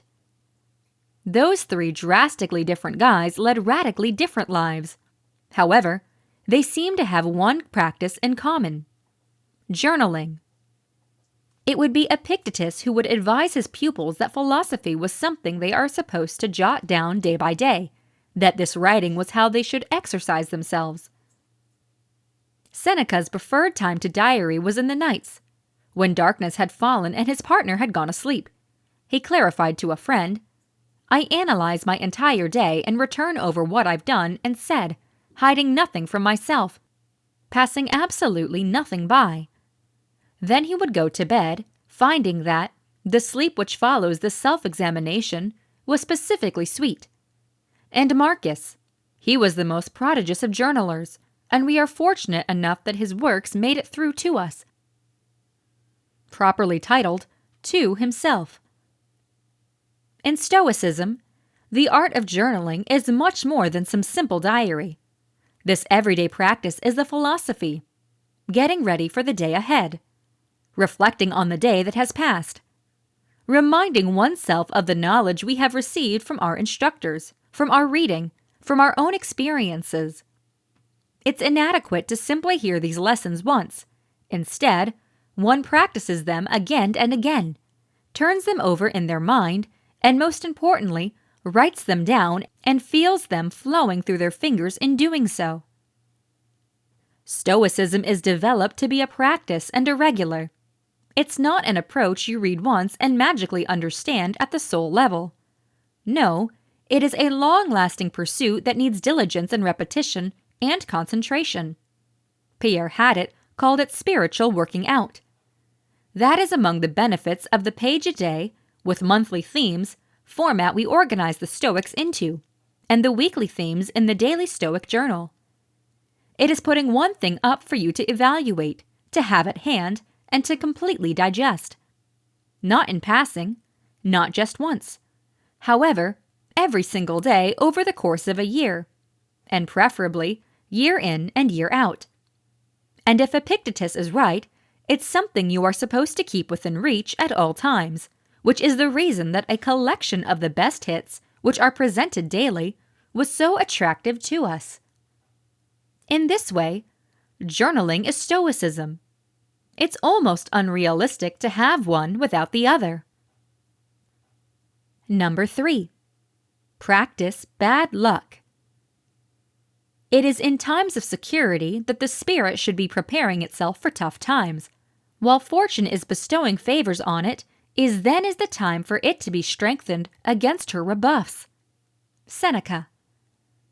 Seneca, who enjoyed much wealth as the advisor of Nero, suggested that we ought to set aside a particular number of days monthly to practice being in poverty. Take a little food, then wear your worst clothes. Get far away from the convenience of your home and bed. Put yourself face to face with want, he said. You will ask yourself, is this what I used to fear? It is very important to recall that this is a workout and not a rhetorical device. He does not mean think about bad luck. He means live it. Convenience is the absolute worst sort of slavery, just because you're always afraid that something or someone will take it away. Though, if you cannot just prepare for but practice bad luck, then chance loses its ability to interrupt your life. Emotions like anxiety and fear have their roots in uncertainty and hardly ever in experience. Anybody who has made a big bet on themselves knows how much energy both states can consume. The resolution is to do something about that lack of knowledge. Make yourself familiar with the important things, the worst-case circumstances that you're afraid of. Practice what you fear, whether a simulation in your mind or in reality. The downside is usually reversible or short-term. Number 4. Train perceptions. Decide not to be harmed and you will not feel hurt. Don't feel harmed and you have not been. Marcus Aurelius. The Stoics had a workout called turning the barrier upside down. What they meant to do was make it impossible to not practice the art of philosophy, simply because if you can appropriately turn an issue upside down, each bad becomes a new source of good. Imagine for a minute that you're attempting to help somebody and they respond by being surly or reluctant to cooperate. Instead of making your life more difficult, the exercise says they're actually directing you toward new virtues. For example, patience or understanding, or the death of a person near to you, a real chance to show fortitude. Marcus Aurelius described it like this: "The obstacle to action advances action. What stands in the way turns into the way." It ought to sound familiar because it is the same thinking behind Obama's teachable moment. Right before the election, Joe Klein asked Obama how he had made his choice to react to the Reverend Wright scandal.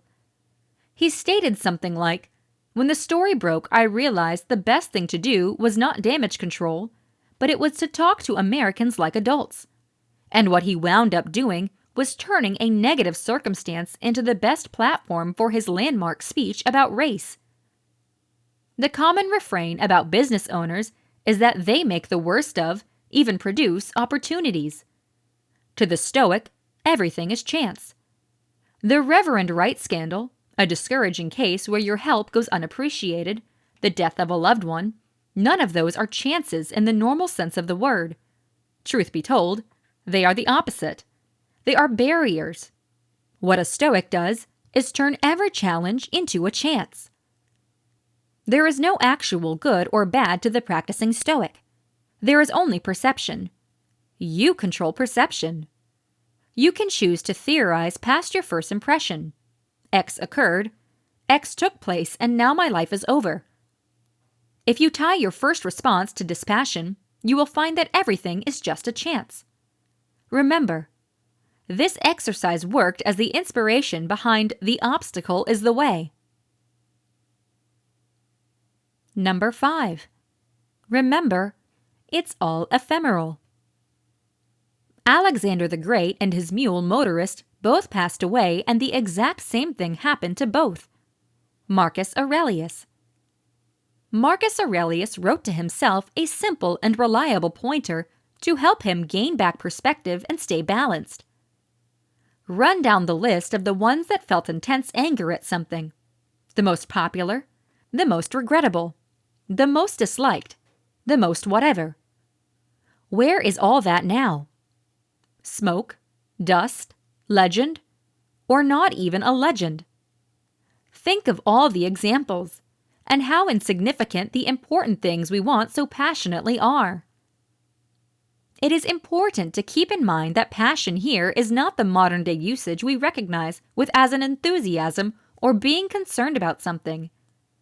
As Don Robertson explains in his book, when the Stoics discuss conquering passions, which they called pathai, they refer to the unreasonable, unhealthy, and excessive desires and feelings. Anger would be a fine example.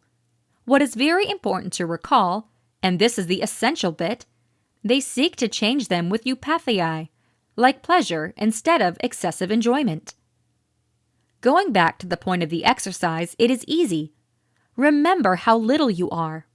For that matter, remember how little most everything is. Remember that achievements can be ephemeral, and that your possession of them is for just an instant. If everything is ephemeral, then what does matter? Right now matters. Being a very good individual and doing the right thing now, that's what matters, and that's what was very important to the Stoics. Take Alexander the Great, who conquered the recognized world and had cities named in his honor. This is pretty common knowledge. The Stoics would also mention that, once while drunk, Alexander got into a battle with his dearest friend, Cleotus, and inadvertently killed him. Afterward, he was so despondent that he couldn't eat or drink for 3 days. Sophists were called from all over Greece to see what they could do about his sorrow, to no avail. Is this the mark of an effective life? From an individual perspective, it matters little if your name is emblazoned on a map if you lose perspective and hurt those around you. Learn from Alexander's mistake. Be simple and truthful and aware. That is something you can have every day of your life. You will never need to fear someone taking it from you, or worse still, it taking over you. Number 6. Take the view from above. How perfectly Plato put it. Anytime you want to talk about people, It's best to take a bird's-eye view and see everything simultaneously, of events, armies, farms, weddings and divorces, births and deaths, noisy courtrooms or silent spaces, every foreign people, vacations, memorials, markets, all mixed together and set up in a pairing of opposites. Marcus Aurelius. Marcus would typically practice an exercise that is described as taking the view from above, or Plato's view. It invites us to take a big step back, zoom out, and see life from a higher viewpoint than our own. This exercise, visualizing all of the millions and countless people, all the armies, farms, weddings and divorces, births and deaths, prompts us to take perspective and, like the former exercise, remind us how small we are.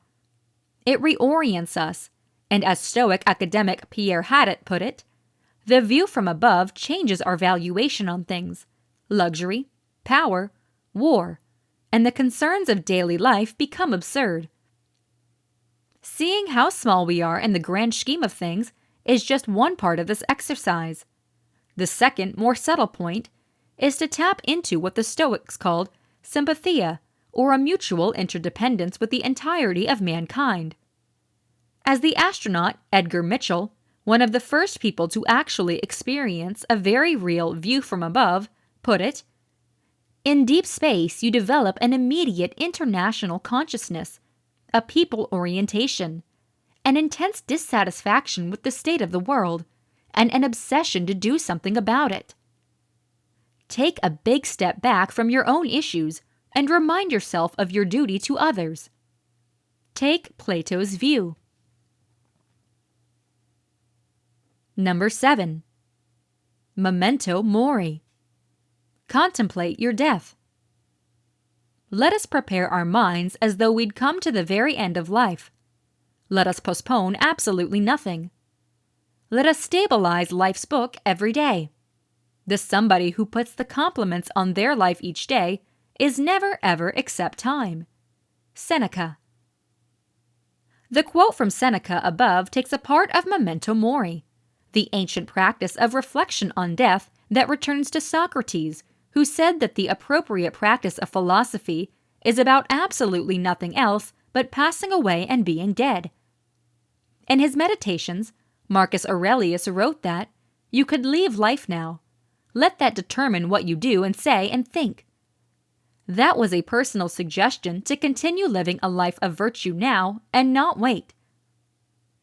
Meditating on your death is only depressing if you miss the point. The Stoics find this idea stimulating and humbling. It isn't unexpected that one of Seneca's biographies is entitled Passing Away Every Day. After all, it is Seneca who advised us to tell ourselves, "You might not wake up tomorrow," when going to bed, and "you may not sleep again," when getting up, as reminders of our death. Or as another Stoic, Epictetus, prompted his students, "Keep death and exile before your eyes every day, together with every little thing that appears horrible. By doing so, you will never have a base thought, nor will you have extreme desire." Use those reminders and contemplate them daily. Let them be the foundation of living your life to the fullest and not squandering a second. Number 8. Premeditatio malorum. What is rather unlooked for is more squashing in its influence, and unexpectedness contributes to the weight of a disaster. This is a real reason for guaranteeing that absolutely nothing ever takes us by surprise.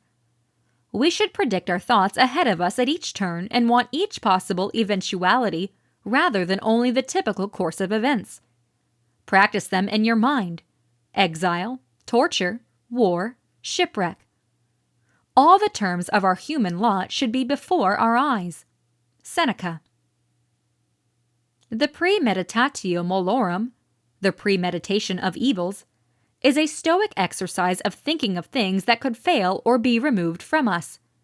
It helps us get ready for life's unavoidable setbacks. We do not always get what's truly ours, even if we've earned it. Not everything is as clean and simple as we think they may be. Emotionally, we should prepare ourselves for this to take place. It is just one of the most powerful exercises in the Stoics' toolkit to build resilience and strength. Seneca, for instance, would start by reviewing or rehearsing his strategies, say, to travel, and then, in his head, or in journaling as we said above, he would go over the things that could go wrong or prevent it from going on. A storm could arise, the captain could fall ill, the ship could be assaulted by pirates.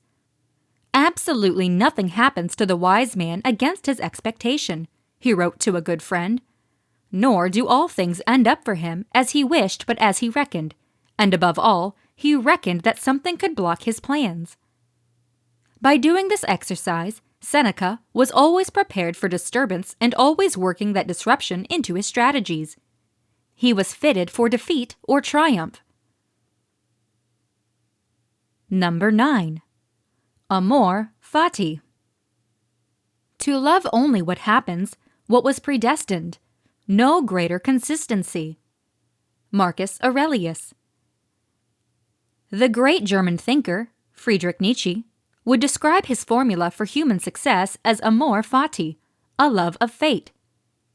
That one wants nothing to be different, not forward, not back, not in all eternity, not solely bear what's needed, still less hide it, but love it. The Stoics were not only knowledgeable about this attitude, but they also acted on it.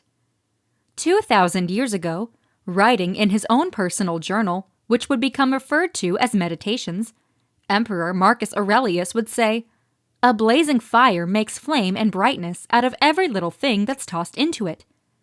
Another Stoic, Epictetus, who as a paralyzed slave has faced adversity after hardship, echoed the exact same.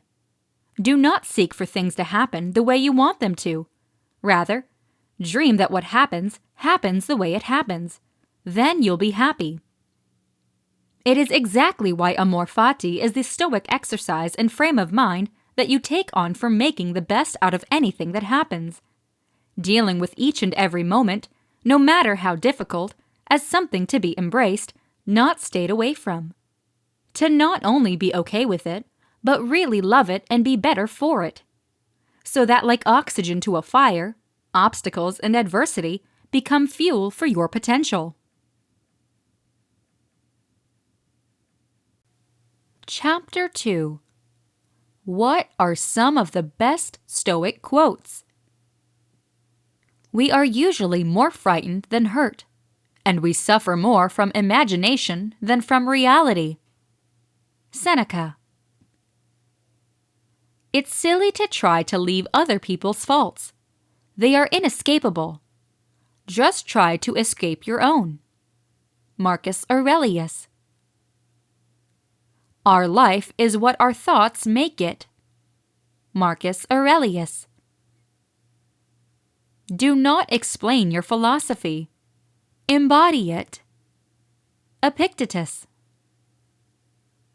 If anyone tells you that a specific individual speaks ill of you, do not make excuses about what is said of you, but answer, "He was oblivious of my other thoughts, else he would not have discussed these alone."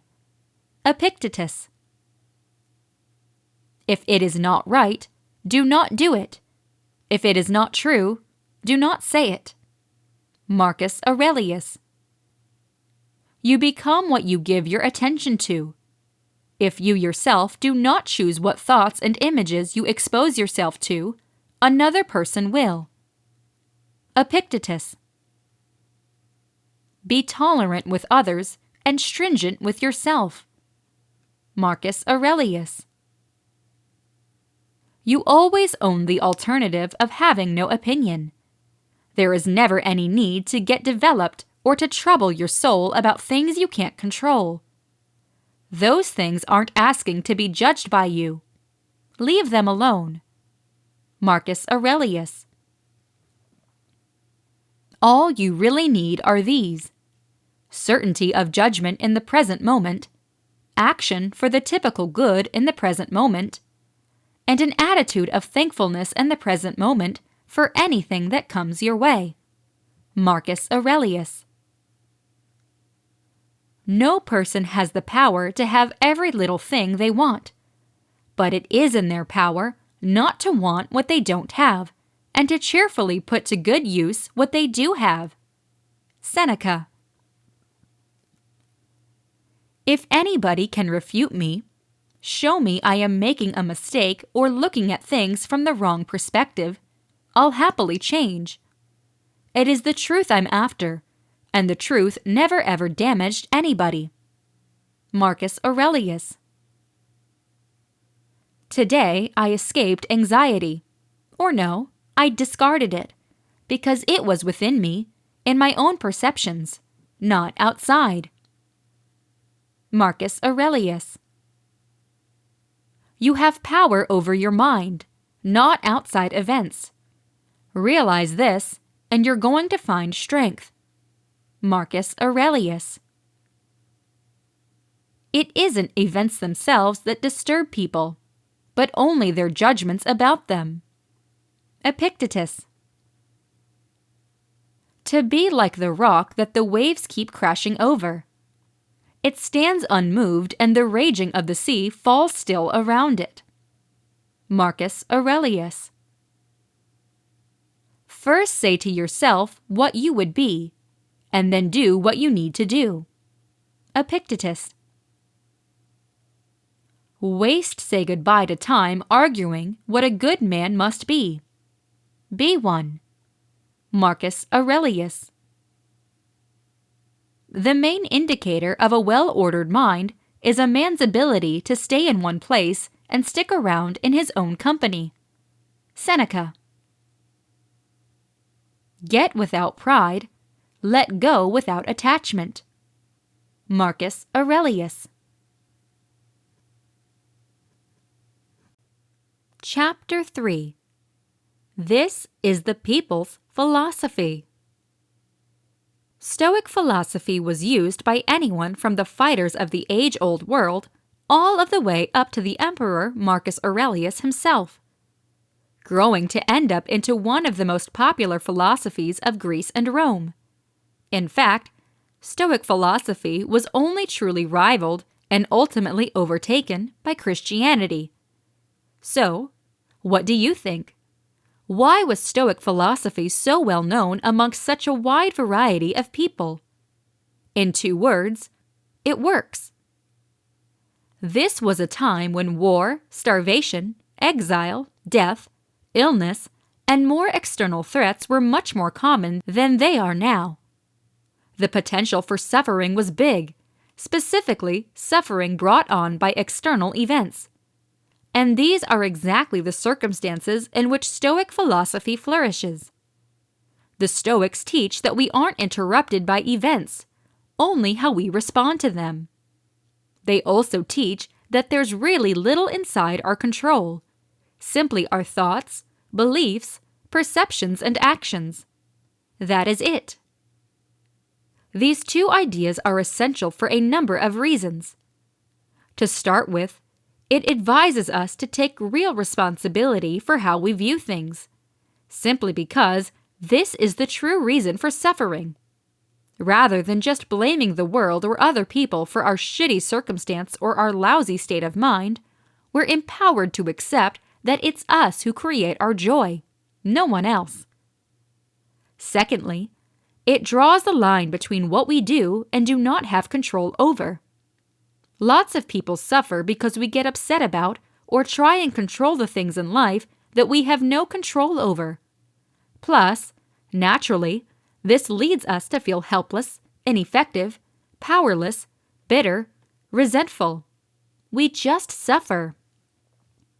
Even so, when we focus on what we can control, we begin to become efficient, effective. We solve problems more easily. We suffer less. The key is to accept that there is extremely little within our control, and focus of effort is that little spot of land that we own. Our thoughts, our actions, our perspectives, and our beliefs.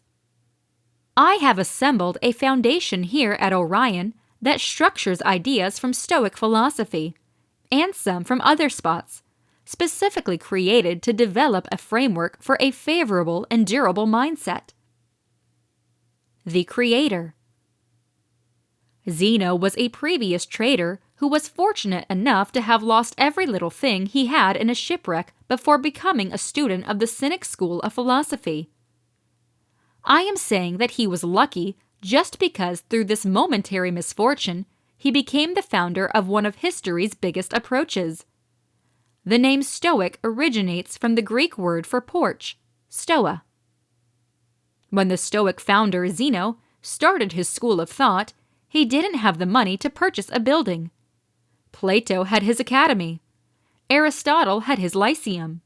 But Zeno's followers met to discuss their philosophy on the streets of Athens under the shade of the Stoa Poikile, pillars decorated with mythic and historical battle scenes on the north side of the Agora in Athens.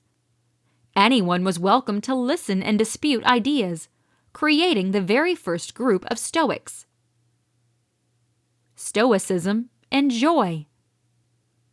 The philosophy is one of functionality and focuses on one question: how can we find a course to happiness, which is what the Stoics called eudaimonia. It was a philosophy for the daily males and females of the world, not just for educated aristocrats or separated thinkers in their halls of books and sages up their mountains. For the Stoics, their useful path to eudaimonia, happiness, is grounded in a few core principles: the ability to view ourselves, the world and its people objectively, and accept their nature as it is; the discipline to stop ourselves from being controlled by the desire for pleasure or the fear of pain and suffering; making the distinction between what's within our power to influence and what's not. Using this information, we act upon what can be acted upon, and we dismiss what can't. Chapter 4. Your Stoic Daily Routine. Life can be busy, and it can be worrying, and amazing, anxious, and a whole host of other things that distract us from focusing on ourselves and the present moment. We checked out Stoicism and get delighted about adopting a viewpoint of life, something to direct us in our decisions and make us feel pleased with our actions. However, then life takes over again, and we forget to apply what we've learned. Bereft of well-defined principles, we just handle circumstances the best we can as they show up. With a little bit more conscious effort, we can cement our philosophy of life. We can completely make Stoicism our North Star, always there to give us good response to what we face each day. Though it can be hard to relate Stoicism to specific circumstances, specifically as a novice. To aid with this, I have laid out a hypothetical Stoic daily routine that hopefully makes the benefits of having a viewpoint of life clearer. And remember, you don't necessarily need to be all in on just one thing in life. Feel free to pick which parts of Stoicism to adopt. Your Stoic daily regimen. Morning. Awakening. At dawn, when you have a tough time rising, tell yourself, I have to go to work as a human. What do I need to complain of if I am going to do what I was born for, the things I was brought into the world to do? Or is this what I was created for, to huddle under the blankets and stay warm? Marcus Aurelius. Bed. Before you can do anything, you have to get out of bed. Hitting snooze and lying there for another 10 minutes adds absolutely nothing to your day. It's one of those moments when your only barrier is yourself, and it's easy to overcome. And then, when you're up, make your bed. If you attain nothing else today, you accomplish that. Showering. In his letter, On the Faults of the Spirit, Seneca calls himself a veteran follower of cold water. While you may not fancy a cold shower each early morning, it deserves practicing from time to time as a method of minimizing your dependence on comfort and reminding yourself how durable you actually are. There are also proven health benefits. Dressing. Seneca advocated dressing only as defense against cold and personal discomfort. In other words, there is no need for expenditure and overindulgence when it comes to clothes. You have more when you are content with less and are invulnerable to advertising. Preparing for the day. When you arise in the morning, think of what a valuable benefit it is to be alive, to breathe, to think, to enjoy, to love. Marcus Aurelius. Eating your breakfast. The Stoic teacher Musonius Rufus taught that Stoics should choose economical foods that are easy to get and healthy to eat, shunning elegant or unhealthy meals, or at least restricting them to unusual occasions, is one way to exhibit the self-discipline that Stoics pursue. It will also benefit your long-term health. News and social networks.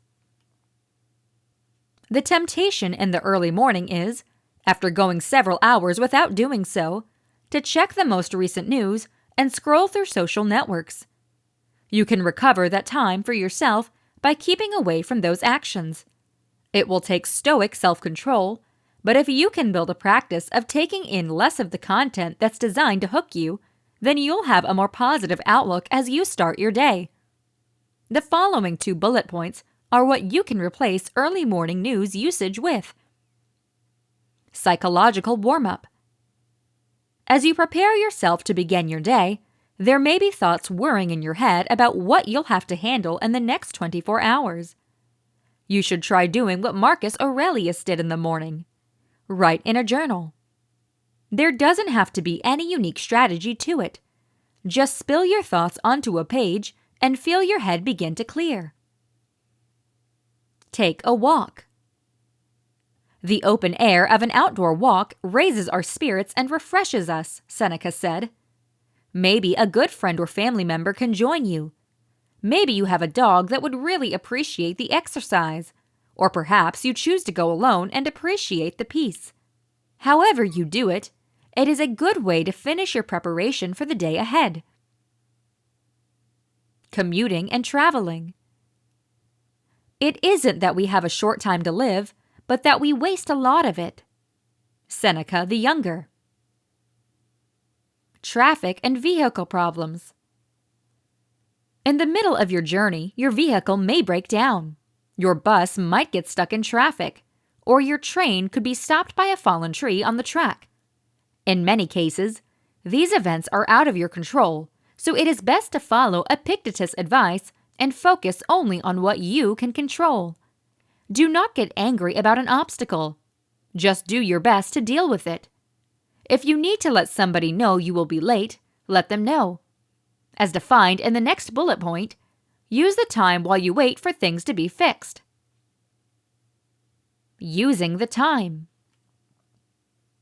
If you travel to an office, or certainly any other location during the day, you may see it as dead time, a way to an end that just has to be endured till you get where you're going.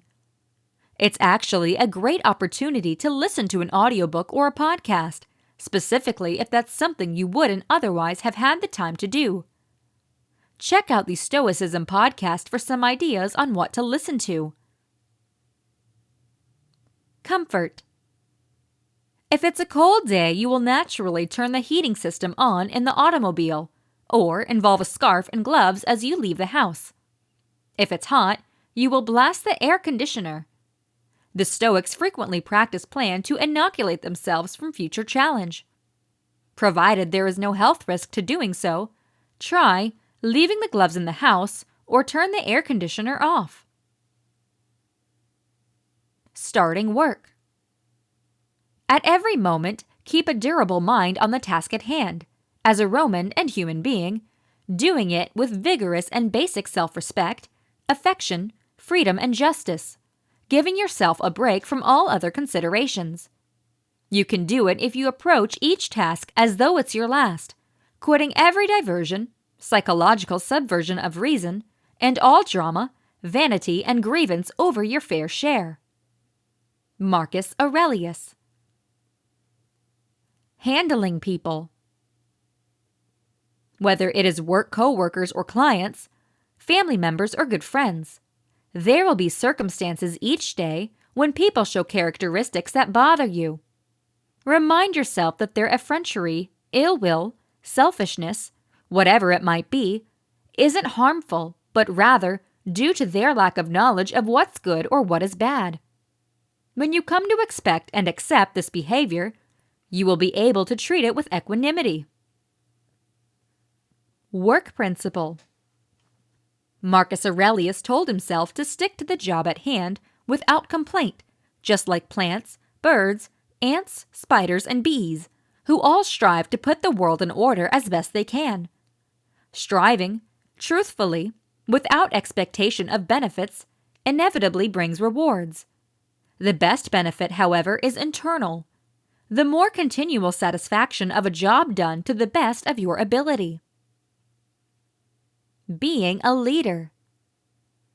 If you are not a company or a supervisor, you might not think you're a leader. However, if your actions inspire just one other individual, then you are.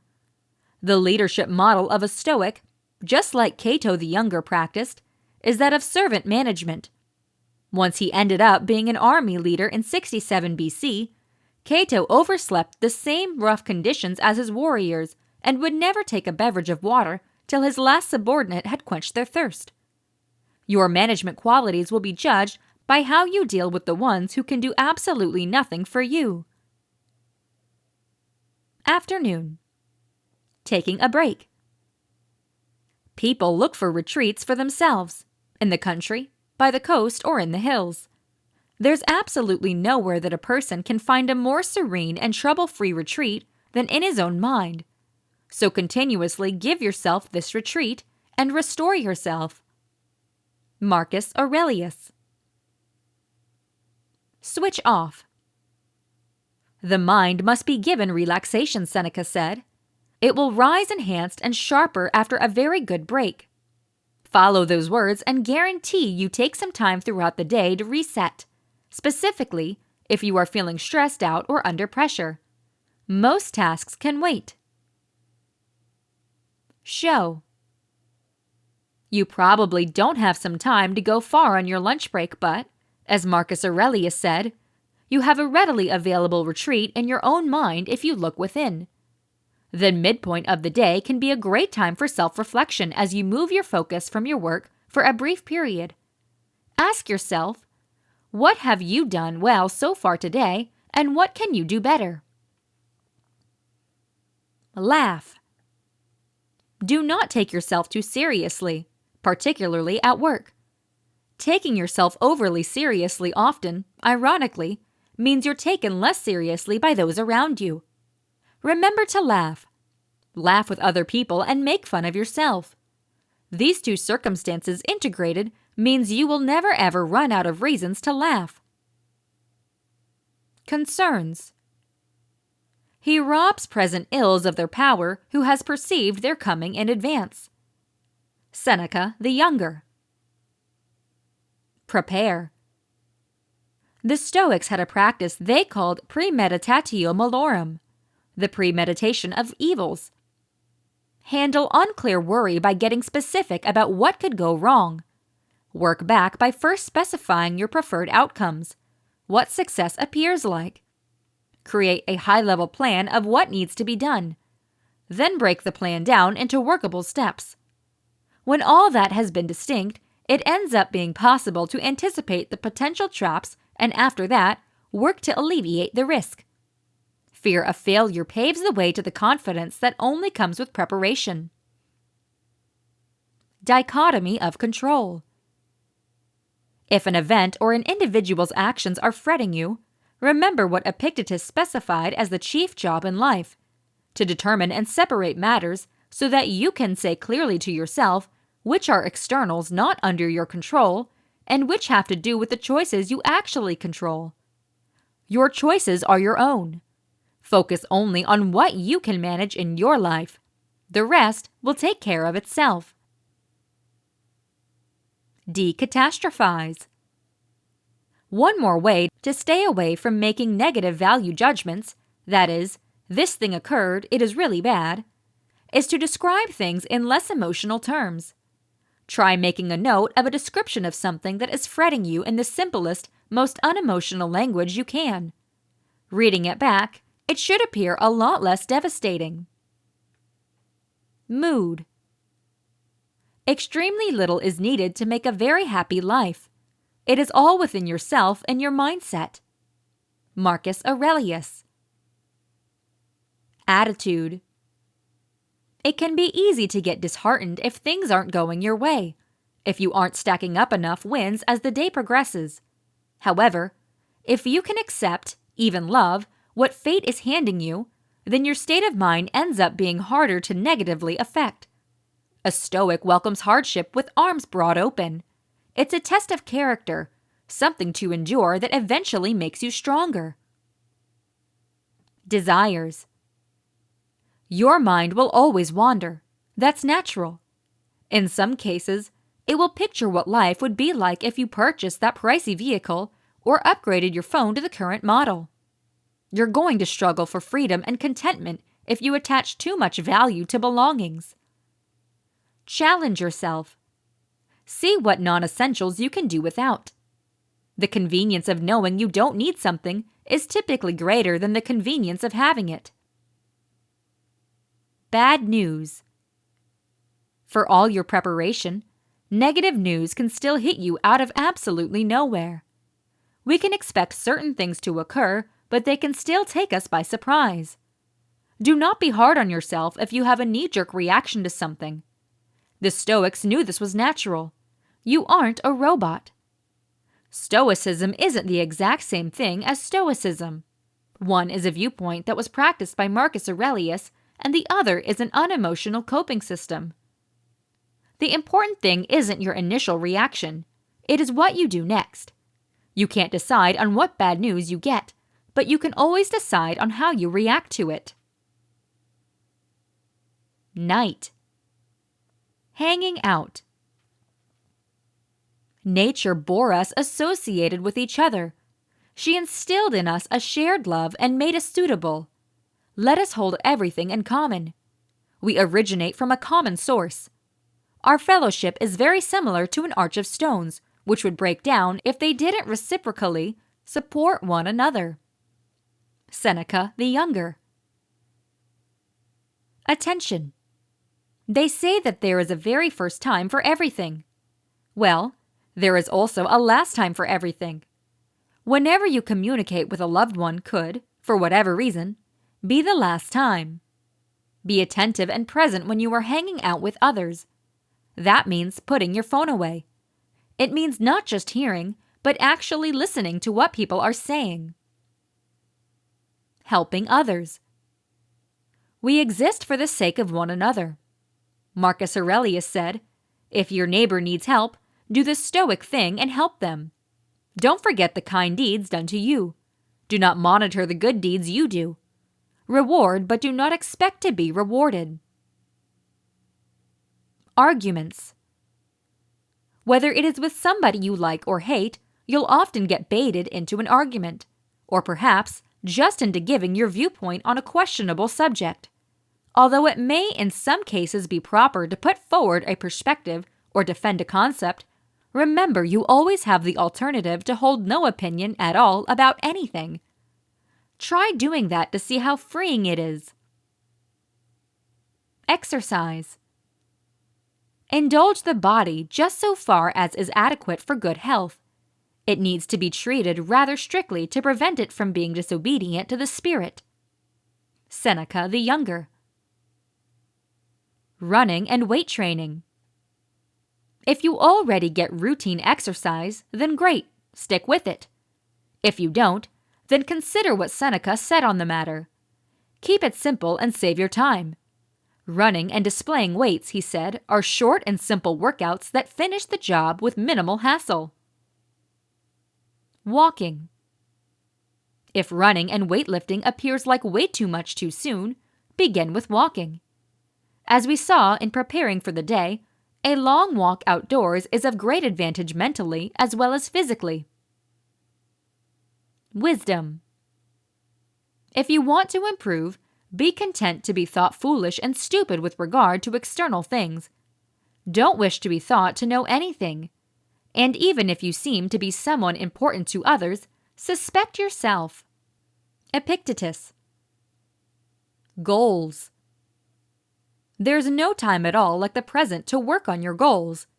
How long are you going to wait before you need the best for yourself? Epictetus said. You may have new skills you want to learn, a profession you want to chase after, or just a thirst for knowledge. Set up time in your day, even if it's only a half hour, to move the needle in the right direction. A little effort every day adds up to a lot. Books. To get any gain from reading, Seneca said, it needs to be thoroughly directed. You can naturally read simply for the pleasure of a very good story, but if your objective is to learn new things, then look for the best sources on those topics. Remember on what you read and review them. Reading lets you tap into the insights of so many authors who have preceded you, authors who committed years to enable you to quickly find out about a topic. If it's Stoicism you want to read about, here's a comprehensive reading list to work through. Courses. Another excellent way to find something new is to take a course. Sites like Udemy, Skillshare, and Creative Live offer a lot of options. Finishing the day. When the light has been removed and my partner has fallen silent, aware of this habit that is now mine, I analyze my entire day and go back over what I have done and said, hiding nothing from myself, passing nothing by. Seneca the Younger. Review. In addition to journaling in the morning, the Stoics also saw the value in writing for a short time in the evening. The purpose was normally to review the events of the day. What occurred? How did I respond? How can I do better? You should try it yourself. It is a great way to guarantee that the day's efforts aren't in vain, that they can be recorded and used to enhance. Consider. Whether your day was tough or easy, a failure or success, there's always an actual chance to get perspective at the end of it. Look up at the stars or the moon or the clouds. Picture yourself drifting up there, high above Earth. Look down and see how little all of it looks. Contemplate the vastness of the entire universe, the countless years that have passed before this very moment. The trials of daily life start to lose their relevance when you put them in this context. Sleep. You succeeded today. You did your best and let fate manage the rest. You focused only on what was within your control and took advantage of the small chunk of time set aside to you. All that's left is to put your head down and go to sleep. Get enough sleep that you are well rested and prepared to invite another day tomorrow. This has been Stoicism. Tips and routines to help you live the people's philosophy. Written by Hector Jansen. Narrated by Sarah Margrave.